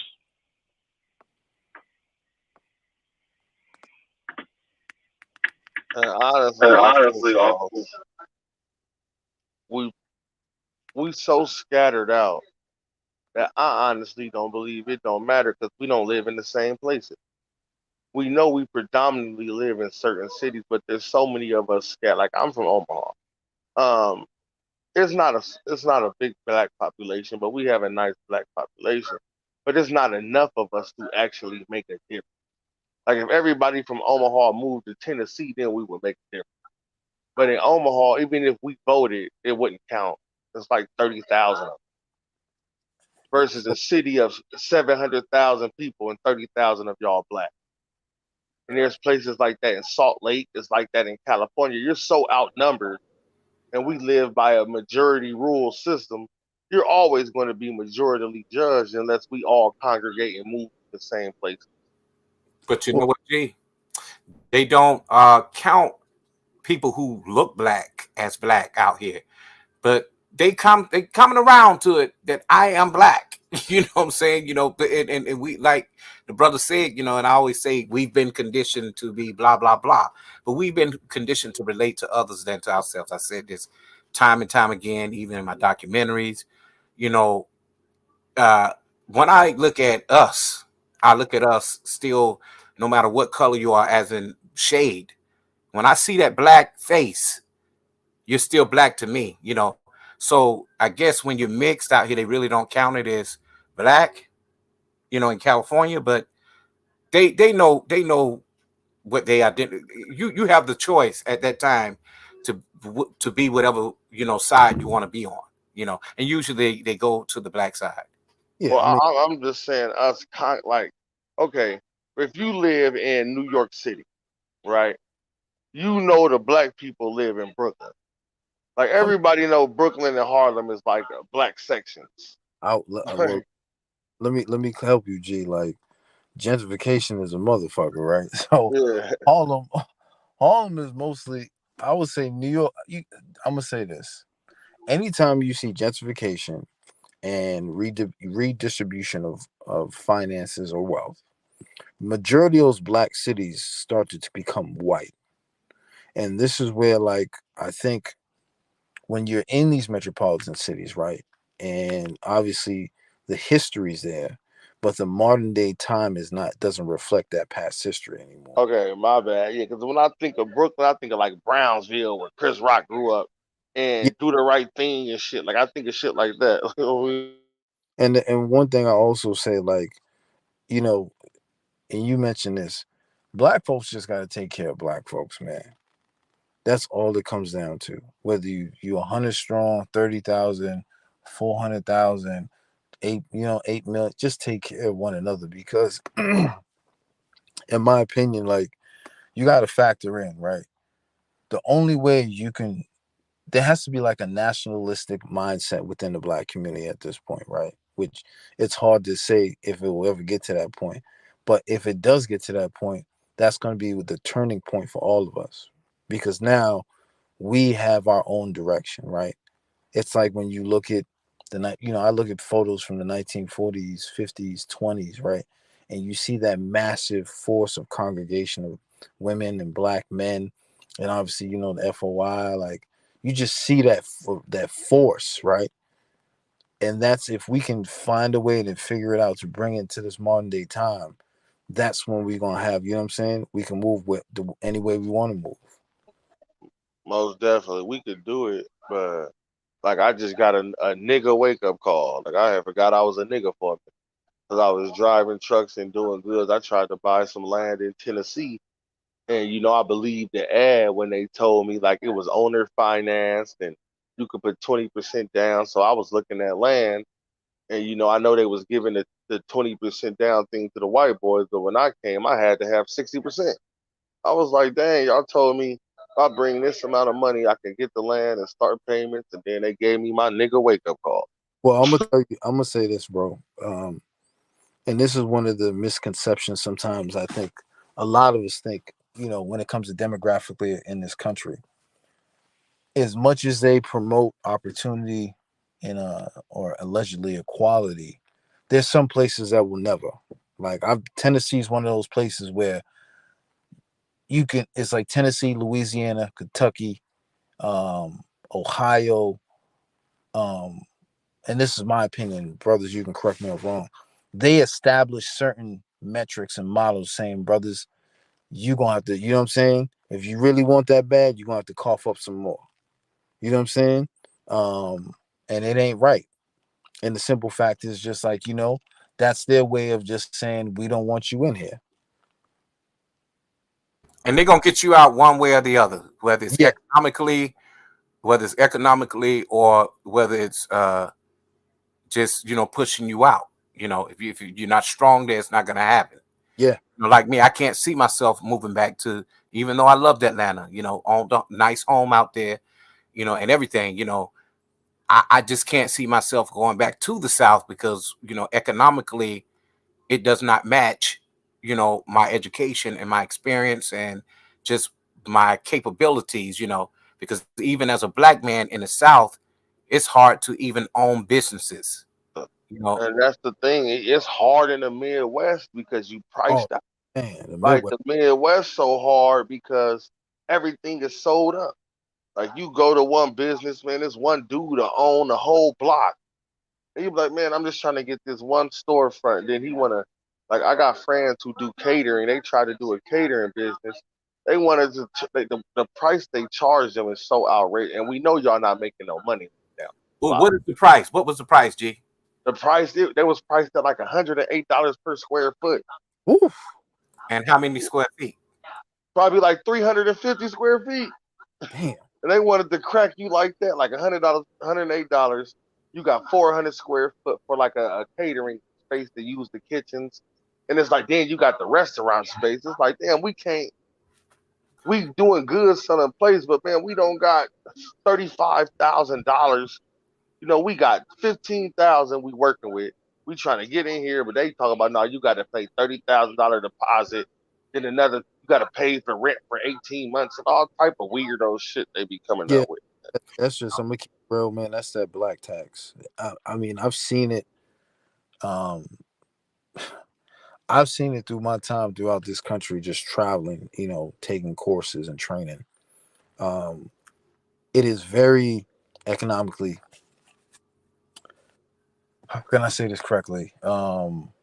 It's a way. It's like it's a way to adverse individuals to thinking that you can actually gain more, but you really don't, right?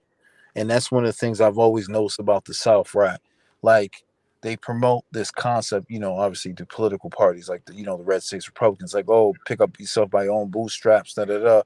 But what they're really telling you is, we're gonna make it almost impossible for you to pick up yourself by your own bootstraps, right? They're gonna tax the fuck out you. They're gonna shift some things, and what I think the difference is, and again, correct me if I'm wrong. What I notice about the South and the Midwest is politically they're more intertwined and have less individuals who can actually regulate these policies or these basically redlining type policies that keep people of color, especially black brothers and sisters, from gaining access to money versus up north. If you crack that code, you can sue the fuck out of them. And you know what, brother? I tell you this, and I'm gonna let somebody else go. But James, I think that if black men in particular, I ain't gonna say black women because it's a black man space. I think that if we had our own startups of workshops, co-working spaces is what's happening. Because trust me, out here in California, they have a lot of co-working spaces where you can have virtual workspaces. Those are the places that are winning now. Yeah, If you own a restaurant business, you can even also they have startup spaces for that where they have kitchens where you cook your things. Yeah, And that right there eliminate this situation that G was talking about, where you go and you say, hey, I want to rent this space, yet they want to charge you 3 months of rent plus the deposit, and then you have to have an 800 credit score, and they want to use your regular credit versus your business credit. yeah. I'll give you a perfect example. So at the time I was dating my girl at the time, she had just came up from the Midwest. She was coming from, she's a Cali girl, moved to Tennessee, and then she came up here, right? So she got a bullshit charge over registration, right? Driving without a registration. So up north, they're not gonna, you get a ticket, you just show up to court, explain your situation, they'll just knock it out. Down in Tennessee, it's considered a felony, right? But what makes it even worse is that because you're charged, they basically have this system where if you're working for an employer and it pops up that you have a pending charge, they basically say you can't work. Hey, it's so bad. Listen, hey, bro, James, it's so bad down here. I was driving for one company and they lost their whole insurance, right? This is my first, I had another nigga wake up call this year. First was the land in Tennessee. That was the first nigga wake up call. The second nigga wake up call is I was driving in tandem with another company and I was like, okay, I'm just gonna run my truck under they shit. And they lost their insurance. But while they was under their insurance, it was a ticket that was obtained for driving under suspension in a regular car, right? Yep. So I tried to get my own insurance and shit. They trying to hit me $7,500 down payment, then 1,100. Like I'm like, what? Like Nah. for a driving under suspension ticket in a regular vehicle, Yeah. y'all trying to charge me for a commercial license, triple the rate. This is the thing that I've noticed, especially you live on the East Coast or West Coast. Anything in that Midwest, man, it is one of the most deceptive parts of the country, in my perspective, right? Listen, man, hey, AL, I got that nigga wake up call, AL. Right. Look, I was just about to come on. Sorry to interrupt y'all right quick. Let me save my homeboy. Let me save him. Say, fam, you know anybody over 55, 60 who's family related, that's an elder that you know, who got their driver's license? If so, this is what you do. You see that picture of me standing in front of that truck. That truck had $1 million coverage insurance. I was only paying $100 a month because I had my insurance in my grandmother's name, even though the tractor was in my name. But if I would have done it myself, they would have been trying to gouge me like they was gouging you. That's the only tip I'm gonna give you. Yeah, look, hey, I'm gonna try to do it. They was hitting me. Listen, hey, yeah, they was hitting me $700 a week for insurance. Man, bro, look, you want to know why that motherfucking Freightliner's parked? Man, I already know how much y'all paying for diesel right now. This shit was killing me when I was doing it. I got dual $100 tanks. Man, my fuel bill, even with the discount, my I already know bill it jumped from $1,500 a month to damn near $2,800 a month. The 3,000, 3,200. Yeah, I know. Y'all can't even make it on a one-way trip off of what you was doing before. So I don't know why. Only fools and clowns are out there now, man. You is defeating the purpose. That's right. I'm gonna get down, but salute to AL. I ain't talked to you in a while, brother. And the CL show, man. Where have you been? I'm in Poland now, man. You still in Mexico? No, I'm in Poland. Okay, damn, you well traveled. Hey, Quaffy, I'm thinking about leaving too, man. I think it's time for me to go, man. Hey, I think it's time. I've been talking about it. I think it's time for me to go, man. Since I came to Europe, man, my eyes are completely open. All your shit. Get as much money as you can. Get your goddamn visa. I ain't in a position to get mine, but I'm a continental nigga. I'm gonna just stay put because it is what the fuck it is. But for all you other brothers that can get up and get gone, man, fly the coop. Fly the coop for real. Get with Commander Faulkner in Black Lives Security and get you some retraining because I've been thinking about it seriously, paying 48 hours. I'm like, I might have to get my shit together. Give me a plane, give me a bus ticket and get up to Baltimore about 2-3 weeks. Give me some training. It's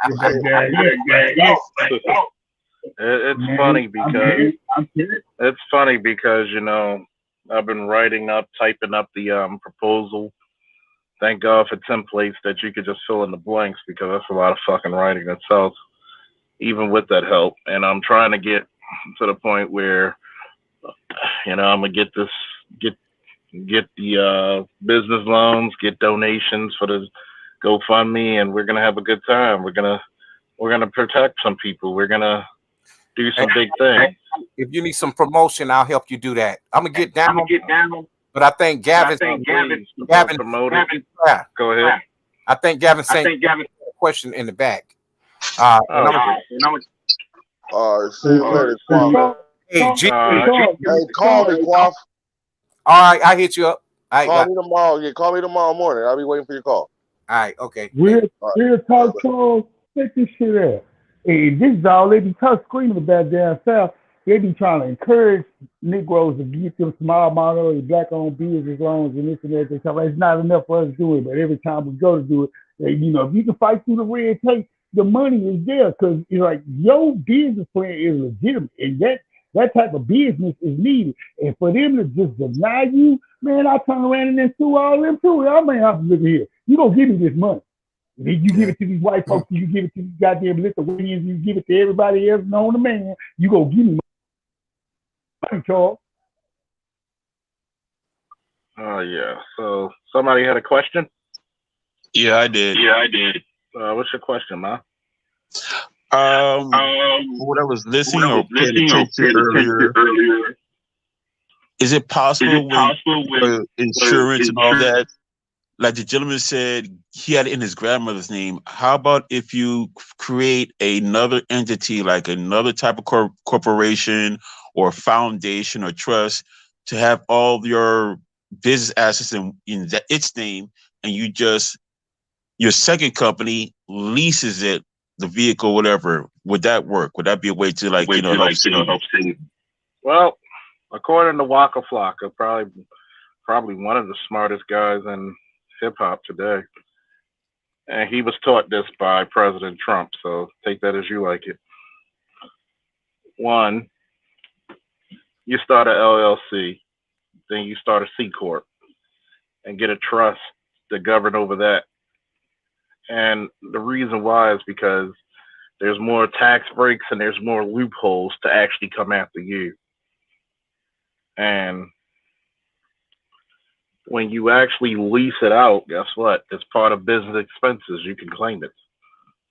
A lot of things like that when you start a business or you're around business people, ignorance rules the world, especially in the black community. The reason why we're poor compared to everybody else is because when somebody knows something, they don't want to tell it. We like to keep it bottled up.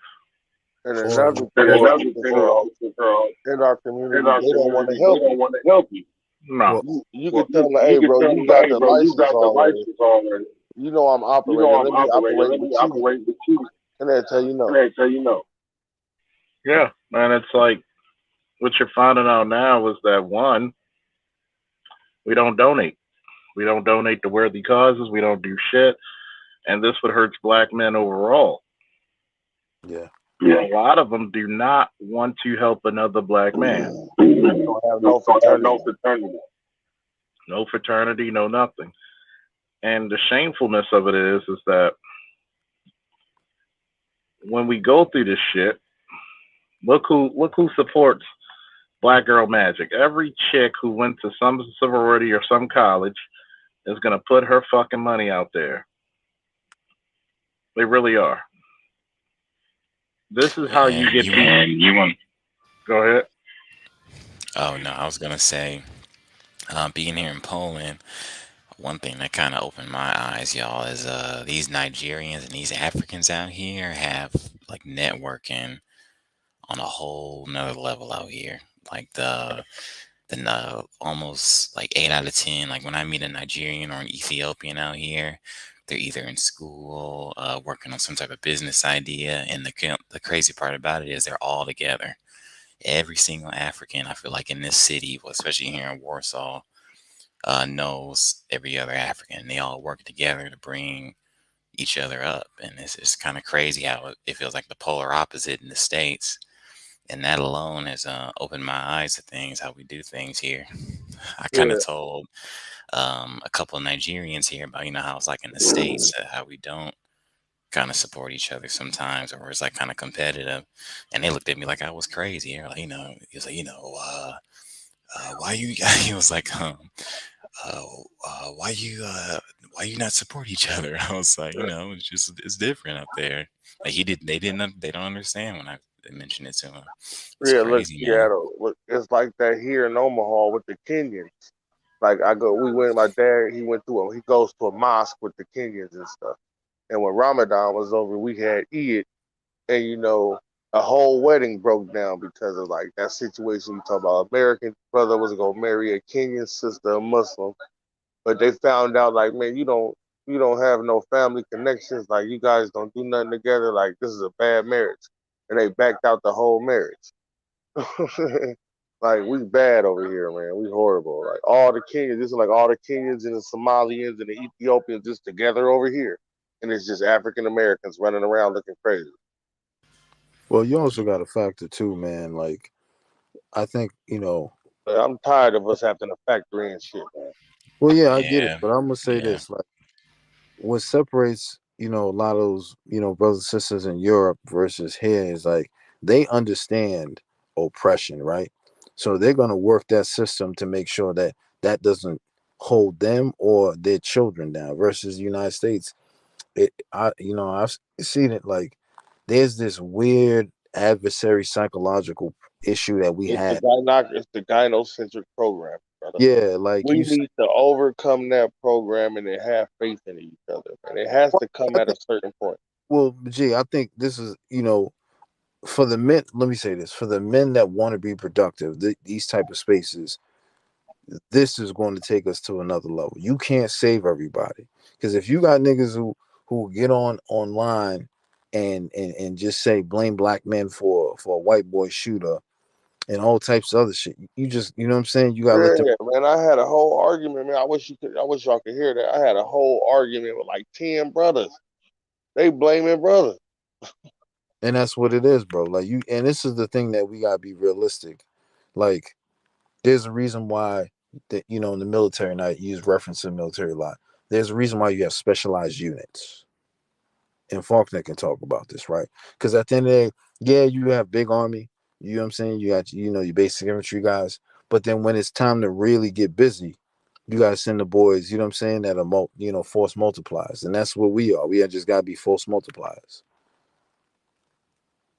Yeah, you have to be a force multiplier because one, think about this. There's so many young black, young ladies and men who are hitting me up on my business Instagram. Are you hiring? I said, soon. Just be ready.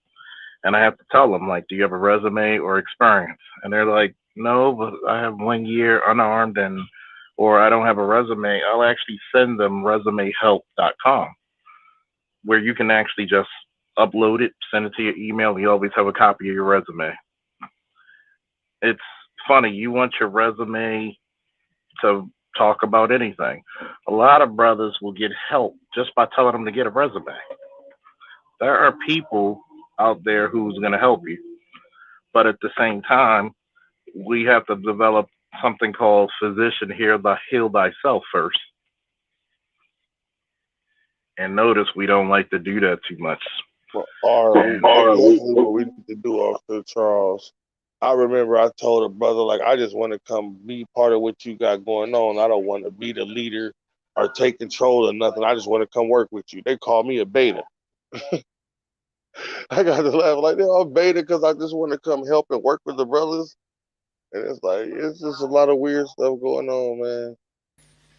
yeah, man. It's like if we want to work as a collective or a hive mind, you're kind of looked down upon, and in the states especially, and I just don't understand it. And to be honest with you, I've gotten kind of humbled since I've been out here. Like I've met, um, and don't get it twisted. Of course, in the states, we have a lot going. I think in the states we have more psychological warfare going against us, even compared to Africans. But the Africans I've met here in Poland and whatnot, like some of these guys I've talked to came from dirt poor. Like I'm talking, washing clothes out of a bucket Talk poor. about didn't have no shoes for. That's Yeah, poor. and they still made it up here. Poland's not the wealthiest EU country, but they do what they got to do. They come up here through Turkey, study. I met med students here, a couple Ethiopian dudes, Turkish guys, you name it. They Spending need a four, lot of 6 years mechanics out there. Seattle, they need like diesel mechanics and stuff like that and welders. I would not know, to be honest with you. Okay. Yeah, I wouldn't know, but yeah, man, they do what they got to do out here, education wise, and it's just kind of crazy how their work ethic and stuff, like even despite where they come from. And I just wish we could work as a collective on that level, or back Yeah, in the States. that's why I'm thinking about leaving. I've been talking to brothers down in Mexico. They got stuff G, going I'm gonna on put down my there. number in the back chat. I'm gonna put my number in the back chat. I'm gonna want you to call me real talk. All right. Okay, I'm gonna call you. Hey, yeah, just put it back. Hold on, let me get a pen. I was explaining to the brother. I've been talking to some brothers in Mexico, and so I'm thinking about leaving. Man, they told me I need about 100,000, and I can survive for about 8-9 years out there. So I'm like, damn, 8-9 years off 100 to figure out how to make some money. That's pretty good. Yeah, it's real long. Yeah. The dude, I talked to the dude. I even talked to. They rent a villa in like an enclosed community for like $350 a month. You get a whole crib. You you just got to figure out how to get power. And it was like you got to put up some type of solar arrangement. But after that, it's free water. You live in the villa for $350, and you just buy food. That dude, like, man, we be eating feasts for like $12 a day. Yeah. Yeah, man. Yeah, it's crazy. I knew a Nigerian dude that ended up in Japan. Like, he said, yeah, I'm back here in Poland, because I met him I was at the nightclub the other weekend. And he was like, yeah, I studied medicine here in Poland, went to Japan, got married, now I'm back here, with some friends and whatnot. And this is like, a six-figure guy in US dollars now, straight from Nigeria to Poland to Japan and back. It's just like, it's just interesting how they move. I'm just so fascinated. So, but now I'm working remote out here now and stuff. So, we trade intel and game, but it's interesting, man, what you can learn from other men of the Black diaspora, if I must say. Most definitely. And as I noticed as I've been going along and I've overcame the mistakes of my past, just trying to move forward, that it's not what I thought it was. I thought it was like a bunch of brothers together, but it's really just a bunch of brothers pushing through the struggle individually just to make what they can out of things. And when we run across these other groups, we're still outsiders to them. And even though, we're outsiders to the Nigerians, we're outsiders to the Ghanaians, the Koreans, the Kenyans. They look at Yeah. us as outsiders. And a lot of times we're lone wolves. It's like we're the only African American there, even though it's a bunch of black people and everybody's doing their thing together, and we're the lone wolf in the whole situation. Yeah. Yeah, and I think it's because we have that hyper individual mindset, man. But I don't even think that's a Black American thing. I think that's an American thing, period. Now, but it especially hinders us as Black men have that mindset, especially out here. I haven't met a Black American yet. So not another one at least. So, and if I do, he's much older, or he's or it's a female. I'll be honest with you, they're much older and it's a female. But I haven't met any Black American men over here. Well, yeah, I've been talking to the brother Zay Locks. He's trying to build a school in Ghana, right? And like Yeah, it's just it's so wild the pushback we get from other African American brothers when we say we want to go somewhere and do something. We be like, man, I'm trying to go over here and do this, man. I'm just tired of staying in America. Oh man, you running, man. You not building nothing. You ain't gonna do nothing. I'm like, dang, man, what you doing over here? Like we gonna try to go do something we can't do here over there because it's more financially applicable. Our money stretches longer. We could do more with it. And they'll talk down on us like you're gonna lose your money. And I just be like, we're gonna lose our money over here. It doesn't make a difference.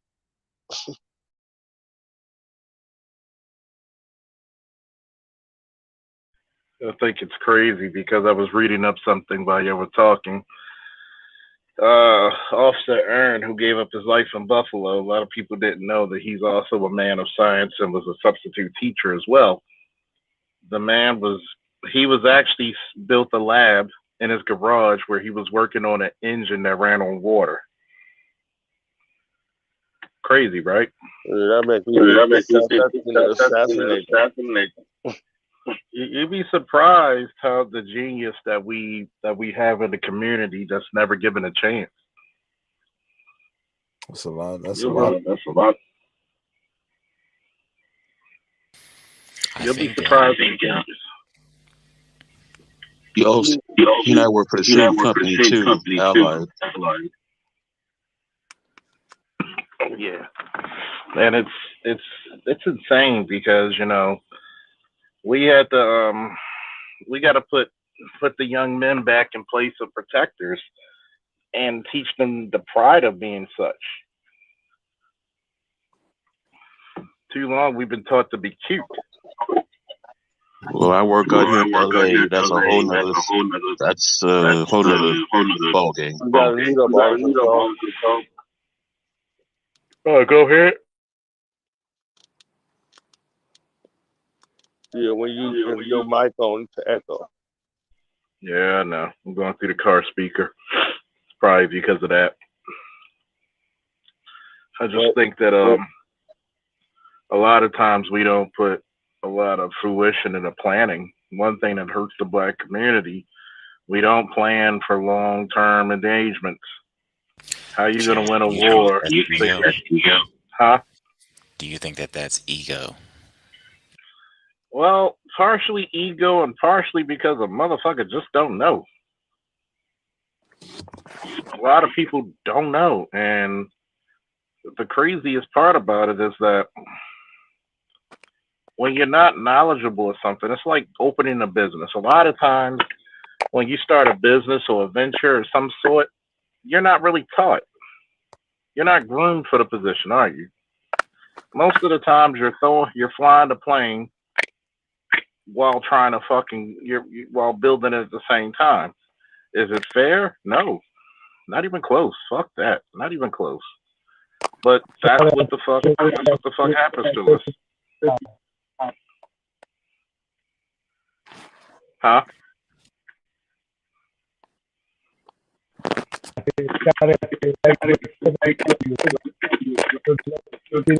You breaking up? You breaking up, AO?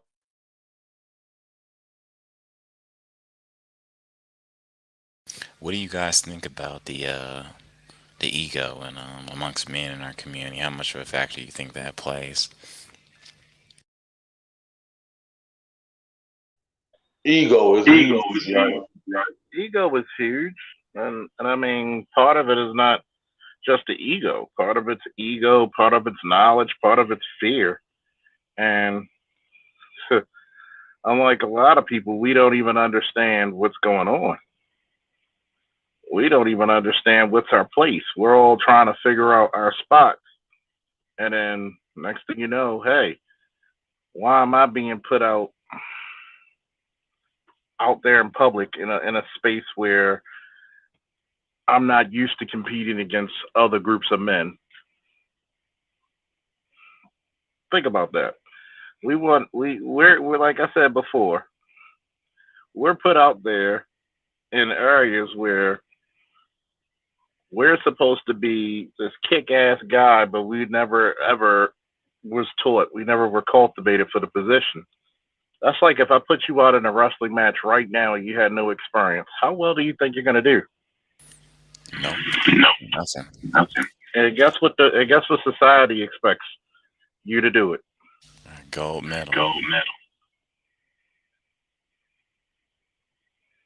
They expect you to do it. And for some odd reason, they want you to go out there and put your ass on the line no matter what. Do you think the issue is that we're all on rules? No. Or we try to be? Very few people are on rules. Or do you think the issue is we're individualistic? That's the issue? To a certain degree we are, but to a certain degree we're not. Because we in the community, if that was true, if you wouldn't have so many people in the black community who are label hogs. They wouldn't try to dress the same. They wouldn't try to speak the same. They wouldn't have any cares to the world about it. Okay, yeah, that makes sense. We don't really put ourselves out in a good light because one, we're trying to shame that light, and two, we're really ashamed to actually think outside the box more than trying to be an individual. And also, we've never been taught how to compete for the same goal. Like we got taught competitive competing with each other. Like we all play football, and I'm trying to beat you out for the starting spot. You know, we've never been taught cooperative roles like the military. Like that's why the military makes good black men greater because it teaches them that you could compete together and not actually be in competition with each other. You get what I'm saying? Like we're competing to Yeah. open these businesses, but we're not in competition with each other. It's hard for that concept of community to be focused in us when we wasn't raised like that. I didn't understand the difference between competing for positions and just competing to win. I always thought everything I got to do, I got to beat this dude, or if I don't lose, he's my enemy. I've never been taught, like, yeah, y'all competed together, but at the end of the day, y'all still brothers. And whoever won, respect the person's abilities, respect his position, and let him be the leader and follow the leader. That takes a long time for a black man to follow a leader and not feel inadequate. Speaking of us competing against each other, why do you guys, question for the panel, why do you guys think that, amongst us especially, we tend to want to retain knowledge? Like, I'll be honest with you, even here, since I've been in Poland, it's even been instances where I've like dropped game, like, what it's like out here, economy wise, um, opportunity wise, anything. And, I would give information out. And, brothers would tell me, like, man, you don't need to be telling everybody this. Like, only certain people. Like, why do you think, why do you think we're stingy with like information? Or like once we get something, we want to keep it to ourselves versus other demographics? I Not to mean, say all of us are like that, but why do you think that's even a thing amongst us, especially considering we're already, fighting against the masses here? You think that we'd be more, inclusive? We want to spread I more per- information. I personally think it's a lot of black male insecurity. I mean, I'm just gonna keep it 100, man. Like I've seen it with my own eyes. Like it's better. Bingo. Yeah, Bingo, Buttafuoco. Say that again. yeah, yeah. You know what's crazy, and I'm glad that Faulkner brought this up about donations. There are men who would rather give you money than give you information for you to actually proceed in life. Mm. Speak on that. What's up with That's that? one of and I say that because in our community, black men understand one thing, that obviously information is really power, right? Through all the things we've gone through. But what kills me is that even though we're the minority, it's like instead of saying like, you know what I'm saying, like I want to get better and improve myself, like can you teach me? It's like nah. You figure it out. Like we're always left to our own to go figure it out. Which in other society, that shit does not exist. No, in my opinion, no strong race of individuals, especially in the male community, is going to allow their predecessors to go figure shit out. There'll be one or two, but after that, it's like no. This has to happen now. And So what it also, to add on to that statement, another thing that hurts black men when it comes to planning is timing. Sometimes it's going to take a little time. We get into this bullshit of instant gratification. See, Chinese men are not afraid of planting trees into the ground, which they'll never know the shade. Think about it. They waited 100 years to get to the spot they're in now. Black men can't even wait 100 seconds. We're was deep. impatient as fuck. It goes back to the lack of discipline. We're impatient as fuck. We think that somebody is supposed to get something immediately, but we have a bad habit once again of cultivating. It's That's all. threefold. Go ahead. Go ahead. I was gonna say real quick, and Gavin can get in. I was listening to a podcast not too long ago. It was what was it? The Something Institute, where they have like these deep conversations about economy and stuff.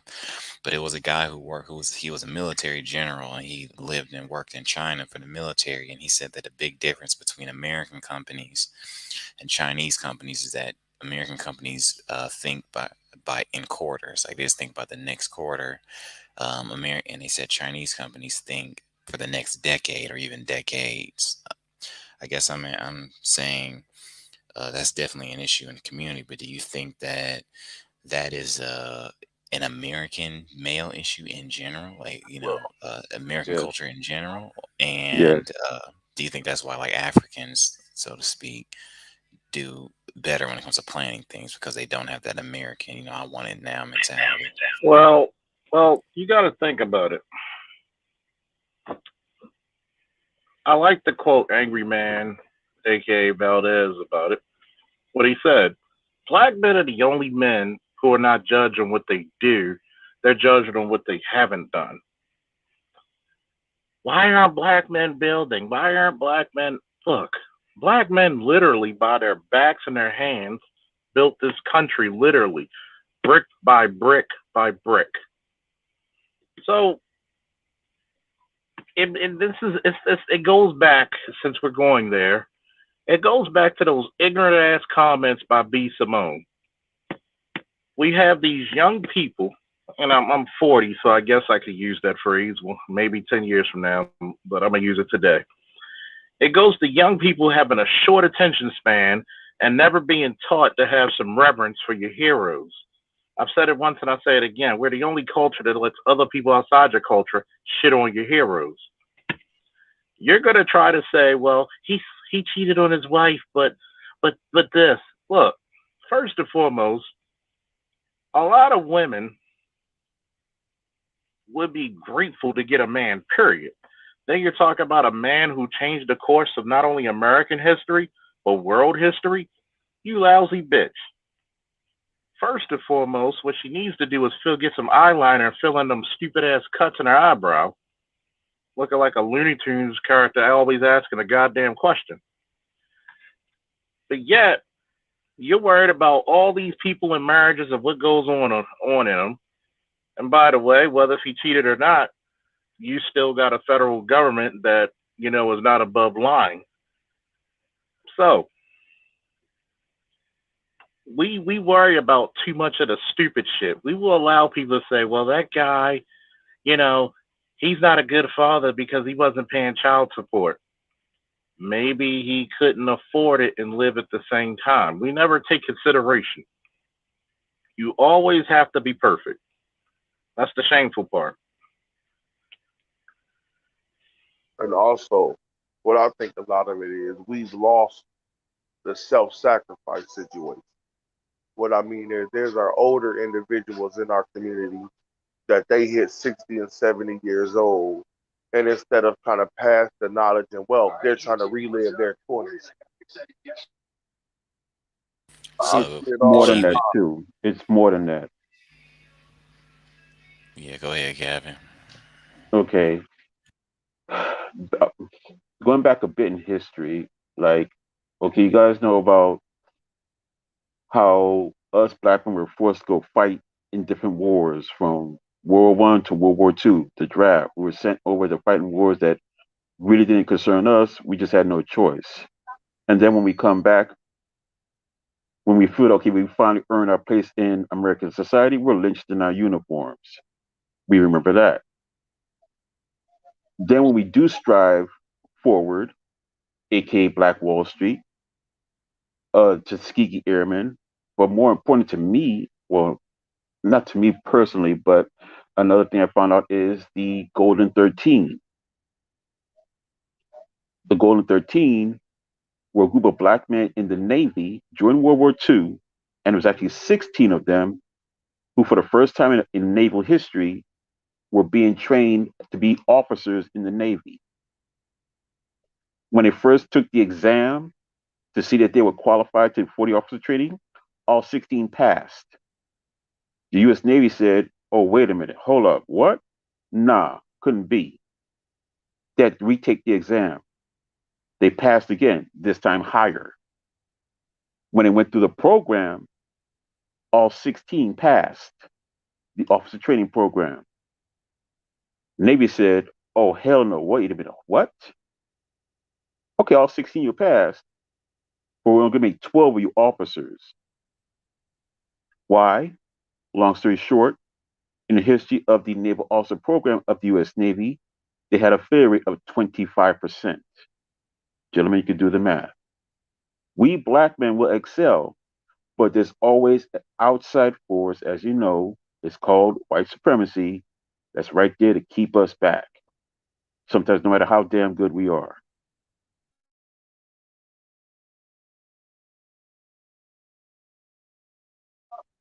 Yeah, I was more so speaking on amongst each other. There's games that go on amongst each other, man. It's like I've been with brothers.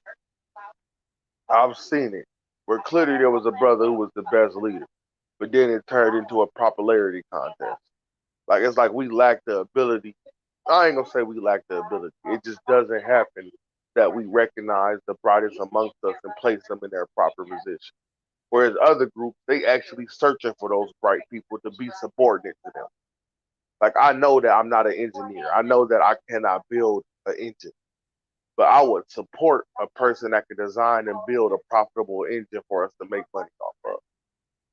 All this stuff that's going on. I've recently started going to the contractors meetings and stuff with my city, and I just like I don't have the knowledge to compete with those dudes. Like they have too much knowledge for me. And I know that I can't be. I gotta go through a whole learning process to be competitive with them, bidding those contracts, getting them, and making that happen. And when I try to get with the brothers that know what to do, like, hey man, I got a truck, I got this or that, they trying to figure out some way to milk me and not help. So, G, what you just talked on, that brings you back to what James said a little bit earlier. He said that a lot of insecurity going around. James, is that pretty much what you're referring to? What G is talking about? How we'd rather be the most popular instead of sharing information? Of course, man. I mean, it's even far worse than the crabs in a barrel, because with all, especially in 2022, right, in this new era, as much information and as much, and mind you, we these are brothers. We're in an era where men are actually have more access to education and resources, right? But the fact that this individual, like you mentioned, is trying to profit, right, on just an individual who's being genuine, right? It's like a child, like, hey, can you help me tie my shoes? Like, or can you help me with this homework? Black men don't see it that way. They see it as like, like I hate to say, like how sisters, see niggas, right? How can I come up, right? This new era. Can he get me my bag? He take care of this, and that's the sad part. That is the true sad part about this shit. So, okay, yeah, I get that. What am I asking?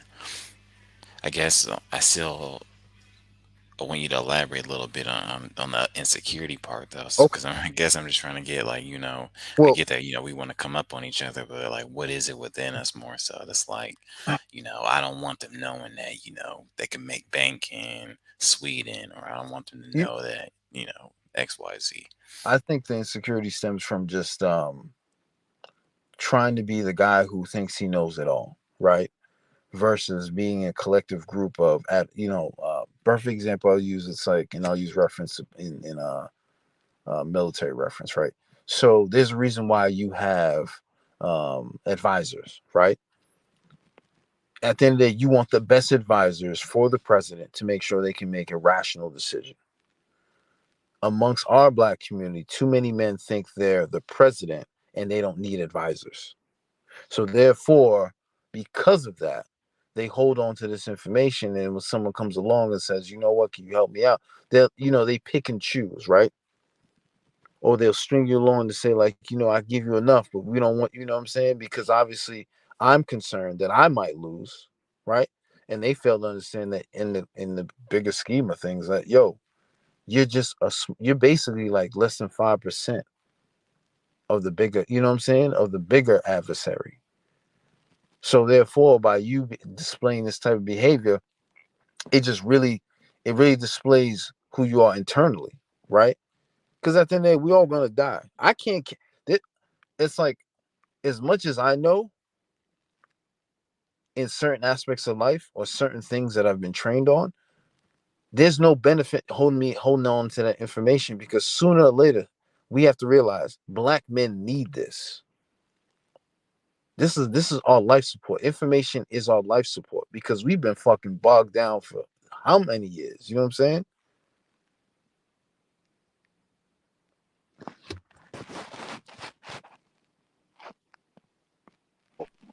I think And honest honestly, questions like these need to be said because, one thing we're kept away from in our community is being honest to each other without taking offense. And that trait is going to end up being a losing trait because, one, how can you ever evolve or become smarter or greater till you actually look at what's in front of you instead of actually lying to yourself and others? And like you said, there's people, I don't care how great you are. Hell, I'm starting up, well, the company's up, but I'm still going through little, little things and stuff. Had to pay for insurance, had to pay for licensing, and I'm connecting even on my business page with people who have years experience of having their own companies, who've been in executive protection for years. Nobody should be ever too big headed not to get advice from people who've been in it longer or greater. But go ahead.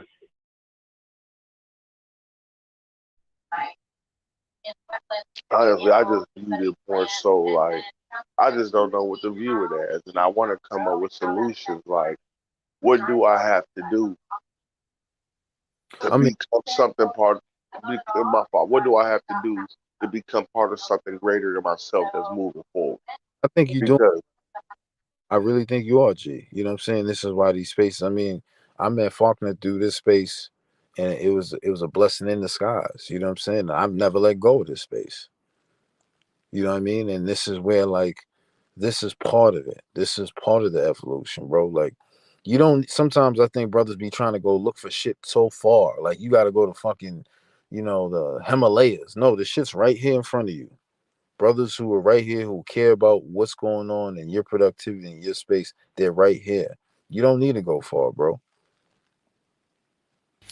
Yeah, another thing I've realized about this space, so to speak, and the black manosphere is, it depends on how far you want to touch on it or whatever. But I've seen probably like the last year or two, 70% of the people that are active in this space are pretty much active in a lot of similar, like, of course, you got the passport bros, and you got more of like, the domestic, trying to fix things in the States. And you got, regardless though, we're all one community, so to speak, even though we kind of war and fight with each other sometimes. What I'm basically trying to say is we're a very, very, very, very small community, even if you take the whole black manosphere, all of it, from the return to Africa to the passport bros to the simps, or the maggles, whatever, however you want to define them. um we're like, we'd be like, what, 0.05% of the community in the States. And I think we've said before on these streams many times that, again, we won't be able to help everyone, but I don't think that you really need a significant number to really change things. Maybe only 200 of us, and out of the whole community are going to, prosper. But maybe um, that's all that it takes. I mean, I'm not. I don't need to be part of a big group. I just understand that this individualistic stuff is gonna lead to nothing. Like, I don't want to just live my life for a car and a house to die in. That's what it seemed like. I watched my grandfather, my uncles, like they worked their whole life just to have a comfortable. Not that it's bad. I'm not judging. No, they did the best they could. I never judge the brothers from the past, and I get on myself for doing it because I know they had it hard, and I couldn't even imagine living through the shit they lived through. I grew up in basically a libertarian era where I could do whatever I want, kinda. You know what I mean? And I know I've made bad decisions on my own, but I still don't want to work 30 years for some person and just, oh, what you got to show for it? It ain't no camaraderie. We don't own nothing together. Like, I just want to exist as a group in perpetuity. Like, I know that my sons are going to be part of this group too. And it's going to be men that look like me and think like me and have families like mine because I actually I value being who I am. I love our history. I love who I am as a person. And I don't ever want to we went through something unique and we survived it and we thriving and they can't say shit about us as men because we went through the worst any man could go through on. And for me to be part of that lineage, I don't care what nobody, even though I didn't go through it, but I know that there were men before me that sacrificed for me to get to this point, for me to talk like this, for me to be educated, for me to read books. There's men that shed blood for that and gave their own lives for me to be able to read a book because they didn't want me to read. And I'll never disrespect their legacy. I want to be part of the group like they were. And I don't know, maybe I'm just too romantic about it. I don't Yeah, no, I completely agree with you. I would say even the new generation, like I'll be honest with you guys, I feel privileged to, you know, you be a young black man, still in his 20s, no degree, working in IT remotely in Poland. That's not a thing that I don't even think in the 2010s would have been very possible for a lot of us. But the only reason I'm here is from guys like, spreading the knowledge from Kev Tech IT, One Master Teacher, Keep It Techie, Citizen Lou. I would never had the information that I needed to get where I am here today. And I did it in like just 1 year on top of that, which is nuts. I meet people, here in Poland, in Europe in general, and they even ask me, white boys and Asians are asking me, like, how did you make that crack off in just 1 year, with no degree? But I made it happen because of the information in this space. And we literally are living in the golden age of information. And I just wish more of us really took the opportunity and capitalized on that, man, just because it really is a beautiful thing that I wish more of us would know. I would love to see. I hardly meet even other Americans out here, let alone, black Americans. So it would be great if more of us rallied like that. But information is a great thing. Well, you gotta also understand this space is still relatively young too, man. And what makes this space so amazing and dangerous is that because it's so young, you have a lot of men with experience who are not scared to share that in these spaces, what makes it even a false multiplier and really puts us ahead of other entities, right? Because when you think about it, how much black men have gone through in this country, um, this would be very far fetched, right? Especially on the scale it is now, with the easy accessibility to be online and being like, "Yo, I never met you, but I'm going to listen to you because you got the drop," right? And humble about it because at the end of the day, it gives me a better, perspective on like, all right, if this is how it's supposed to be done, I can make sure I can translate that information correctly to the new generation of kids. Because a lot of young, what I'm saying, I'm an older millennial, so a lot of your generation, they hip to this now, and they want to be a part of this space because now it gives them a leg up, and they don't got to worry about what other races are doing because you got so much. What I'm saying? You have so much intel from everywhere else around the world that comes into the space and like, yep, this is how it's done. And what I'm saying? This is why information is so powerful. Information is a shield of protection.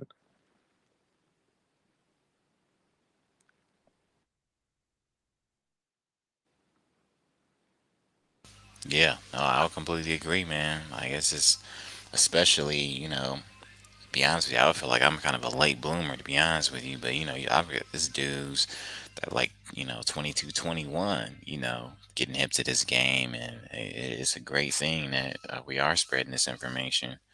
But, um, like we said, we don't need to be a part of a large community as long as, there's some brothers out here, spreading the word, sharing that information. That's what matters.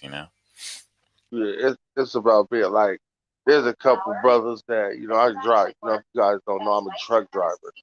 Um, I actually done pulled up on a couple brothers in these spaces, and chilled with them and hung out and went and had something to eat, just to establish real camaraderie, because I just feel like, man, we move around here and it's like, it's hard to say, like, I just want, me, just want to be cool and kick it with you, man. I don't got no friends. Like, and that's looked upon as bad. Like, oh, you don't got no friends, man. Like, it's not that I don't, like, I just travel a lot. I work and I meet brothers I talk to.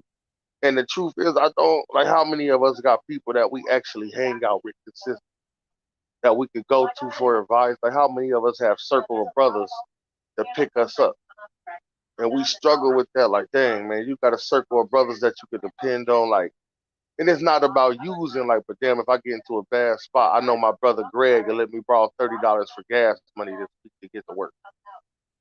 Because a lot of us we gotta stop. Like, I don't want to exaggerate it. Like, I know a lot of brothers that just make cool money and they going to work, and I got friends like that. Like, man, I'll let you hold 50 to get to work. That ain't nothing, man. Like, make sure you pay me back, and they pay me back, but just for that to be there, we don't like. A lot of us don't even have that, and it's not about the $50. It's just a friend. Right, right. Charles, uh, would you say that a multifaceted man is destined to be more lonely, or is Um, it hard for him to make friends? Usually it could work in two extremes. One, because you're multifaceted, you can make friends everywhere.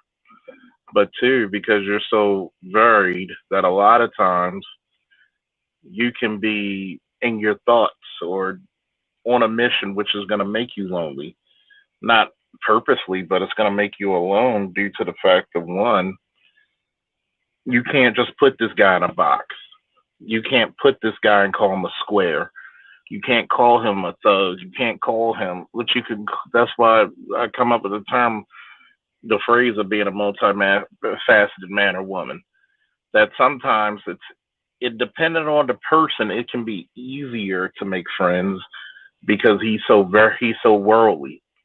He or she is so worldly they can relate to other people, but it's very few things above their comprehension.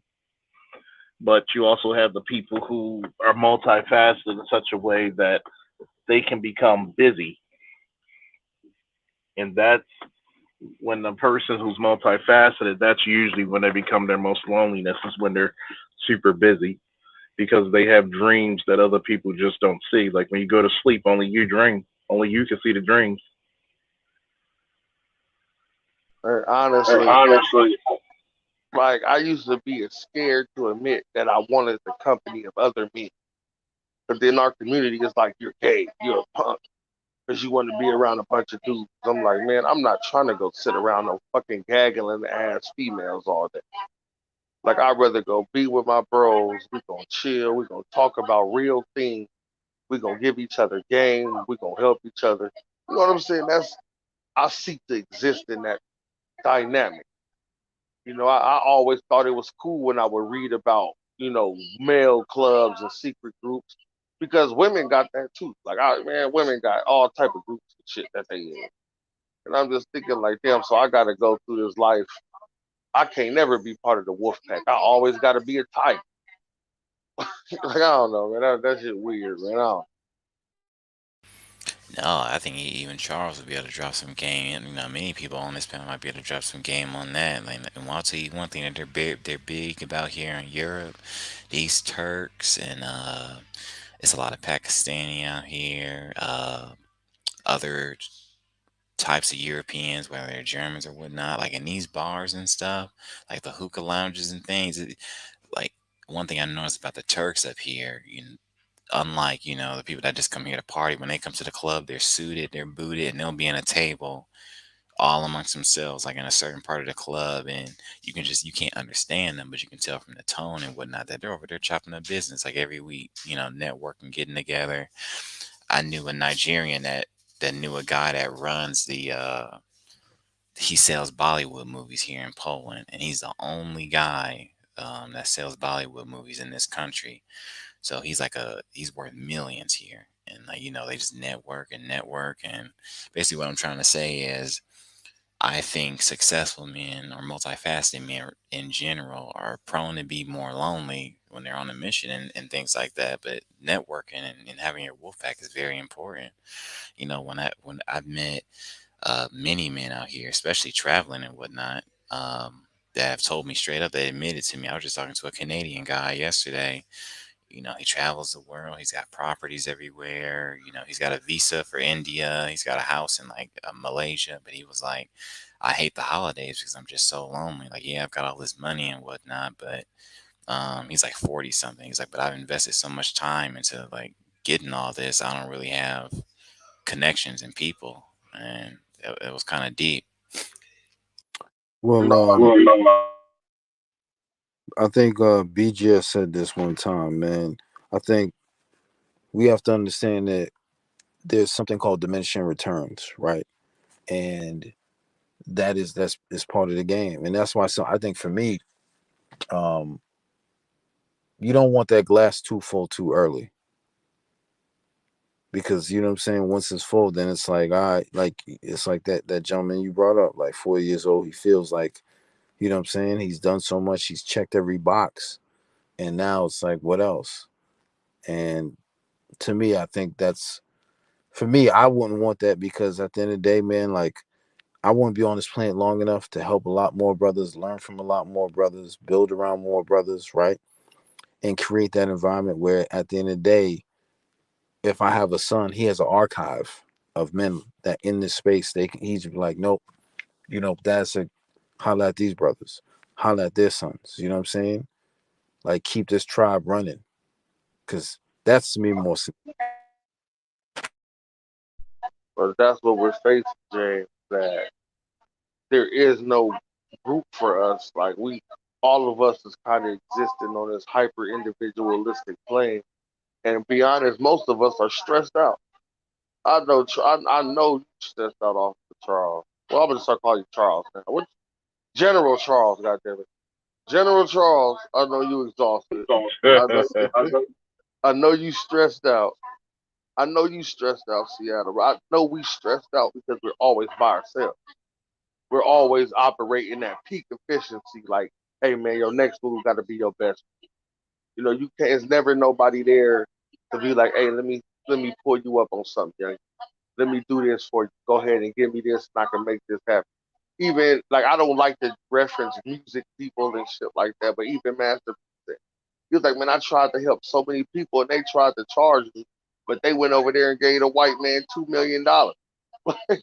They wouldn't even give me. I told them $1 million. They wouldn't even give it to me because I was black. Like we got some fucked up shit, and I'm just tired of the excuses going on because I'm looking for help, man. I'm doing just fine by myself to survive. Man. Like I'm paying bills, I'm eating good. I'm paying. I'm not behind on nothing. I got some savings, but I'm not part of shit. Like I'm not. It don't matter. I'm just gonna be another nigga that's.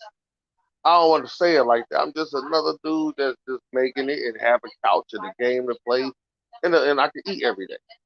But I can't go to, like the brother said, on the holiday. I don't have no brothers I could call and chill. We don't have nothing that we do for Malcolm X or Martin Luther King's birthday. We don't celebrate none of that. We just walking around here. Then once we get away from the women, it's just like, damn, now we can't even get no pussy. Well, yeah, I mean, I'll say this, like, shout out to Commander Falk, him creating his security company, right? Executive protection on that level. And I think we talked about this one time on when he on his show. Like, I think a lot of brothers just got to do a lot more masculine things, man, and do with brothers. Like firearms training is a masculine thing, right? Like you do little things like here and there, right? And to remind you of like the importance of protection, provide, and all these things, not only for your family, but for yourself, right? But then at that same time, when you're around other men, right? It's not even an ego contest. To me, when I'm around dudes who are bigger, stronger, it motivates me to be like, yeah, I want to get to that level or get close to it, right? Because at the end of the day, I might have to protect that man. Perfect. That's exactly what I was about to say, Jay. we've been taught to protect and provide for women and children and this and that. Why don't we protect and provide for each other as brothers? Well, that's what I'm saying. That's why I brought up that being in these circles, the most important thing is to learn how to protect one another. And the only way it's gonna work, you got to be around brothers who do the same thing. Like I love shooting because it's not only like it's a skill, it's something that motivates me, but it also means I got to protect myself. And because of that, now I can have deeper conversation with Faulkner, like, what I'm saying, share ideas, give him as much information he can to help him grow. And then therefore, like other brothers who want to join, be like, oh wow, I didn't, what I'm saying? Because you want that domino effect, man. Yeah, I'm trying to like right now amongst the groups I rotate with. I'm trying to start a chess club and a book club. Yep. You know what I mean? That's what I'm trying to do. Just like we could play chess together, we could read the book and discuss it at the end of the week. But it's hard to find brothers like I just need like 6 brothers. It's hard to find brothers like that. You know what I mean? You know what they say? When the student is ready, the master will appear. Yep. And it's incredible because there's so many things, like you said, about the shooting and the firearms training, where the last vestiges of manly training, where they're going to go. We're going to have to open up them spaces again. I don't mind women being at the cigar lounge, but when Dr. Dunbar and the controversial counselor, Dr. Dunbar's dad, and myself had a conversation. The beautiful thing about it, nobody tried to butt in. Nobody was upset about it. It was a beautiful conversation between 4 men of various ages and experiences. I truly think that we as men, we're going to have to set the standard. We can't listen to our women when it comes to masculinity. We're the ones who judge it because we're the ones who are affected and held by it. No offense to the ladies, but that's one aspect we can't allow you, because guess what? When it comes to that masculinity, we're going to be the ones to say, is he a proper husband? Is he a proper boyfriend or a brother? Is he somebody who could be trusted? Until we are ready to carry those burdens again, it's going to be a very interesting discussion. That's real talk. But about to get in the house. Anybody got any last words? I mean, I'll sound off. I mean, again, brothers, I say this honestly, man. I love every one of you that come to this space, just as I came to this space, because I was in the dark place, man. And shout out to Faulkner, man, to get me real focused and get back in line. But man, use this space wisely, man, and use it to the benefit not only for yourself, but for any little homies or anybody else that needs this space to, what I'm saying, to have discussions and be around individual men that really care about black men's productivity in life. Because again, I don't know if it was God, I don't know who it was, but like I said, I fell on Faulkner's page and I ain't never looked back. So I thank that brother, you know what I'm saying, all the way up. Definitely. Thank you for joining. Thank you for being a good man, and thank you for being a brother. Anybody else want to go? Yep, I say definitely take advantage of the information that you guys have access to nowadays. Definitely expand your horizons. Whether you want to be domestic, you know, fight domestically, or if you want to join the international movement. For those that do want to take that option, we definitely need you out here, man. I'm like, it would be nice to see some, American bros here in Poland, Germany, whatnot. It's very possible too. All you need is the information and the grit. So I'm waiting for you guys out here in Central Europe. Hey, anybody looking to travel? You got the experience and the talent. Hit this man up. Anybody else want to go Indeed. next? All right. On that note, Woo! And we're out. Peace. Peace.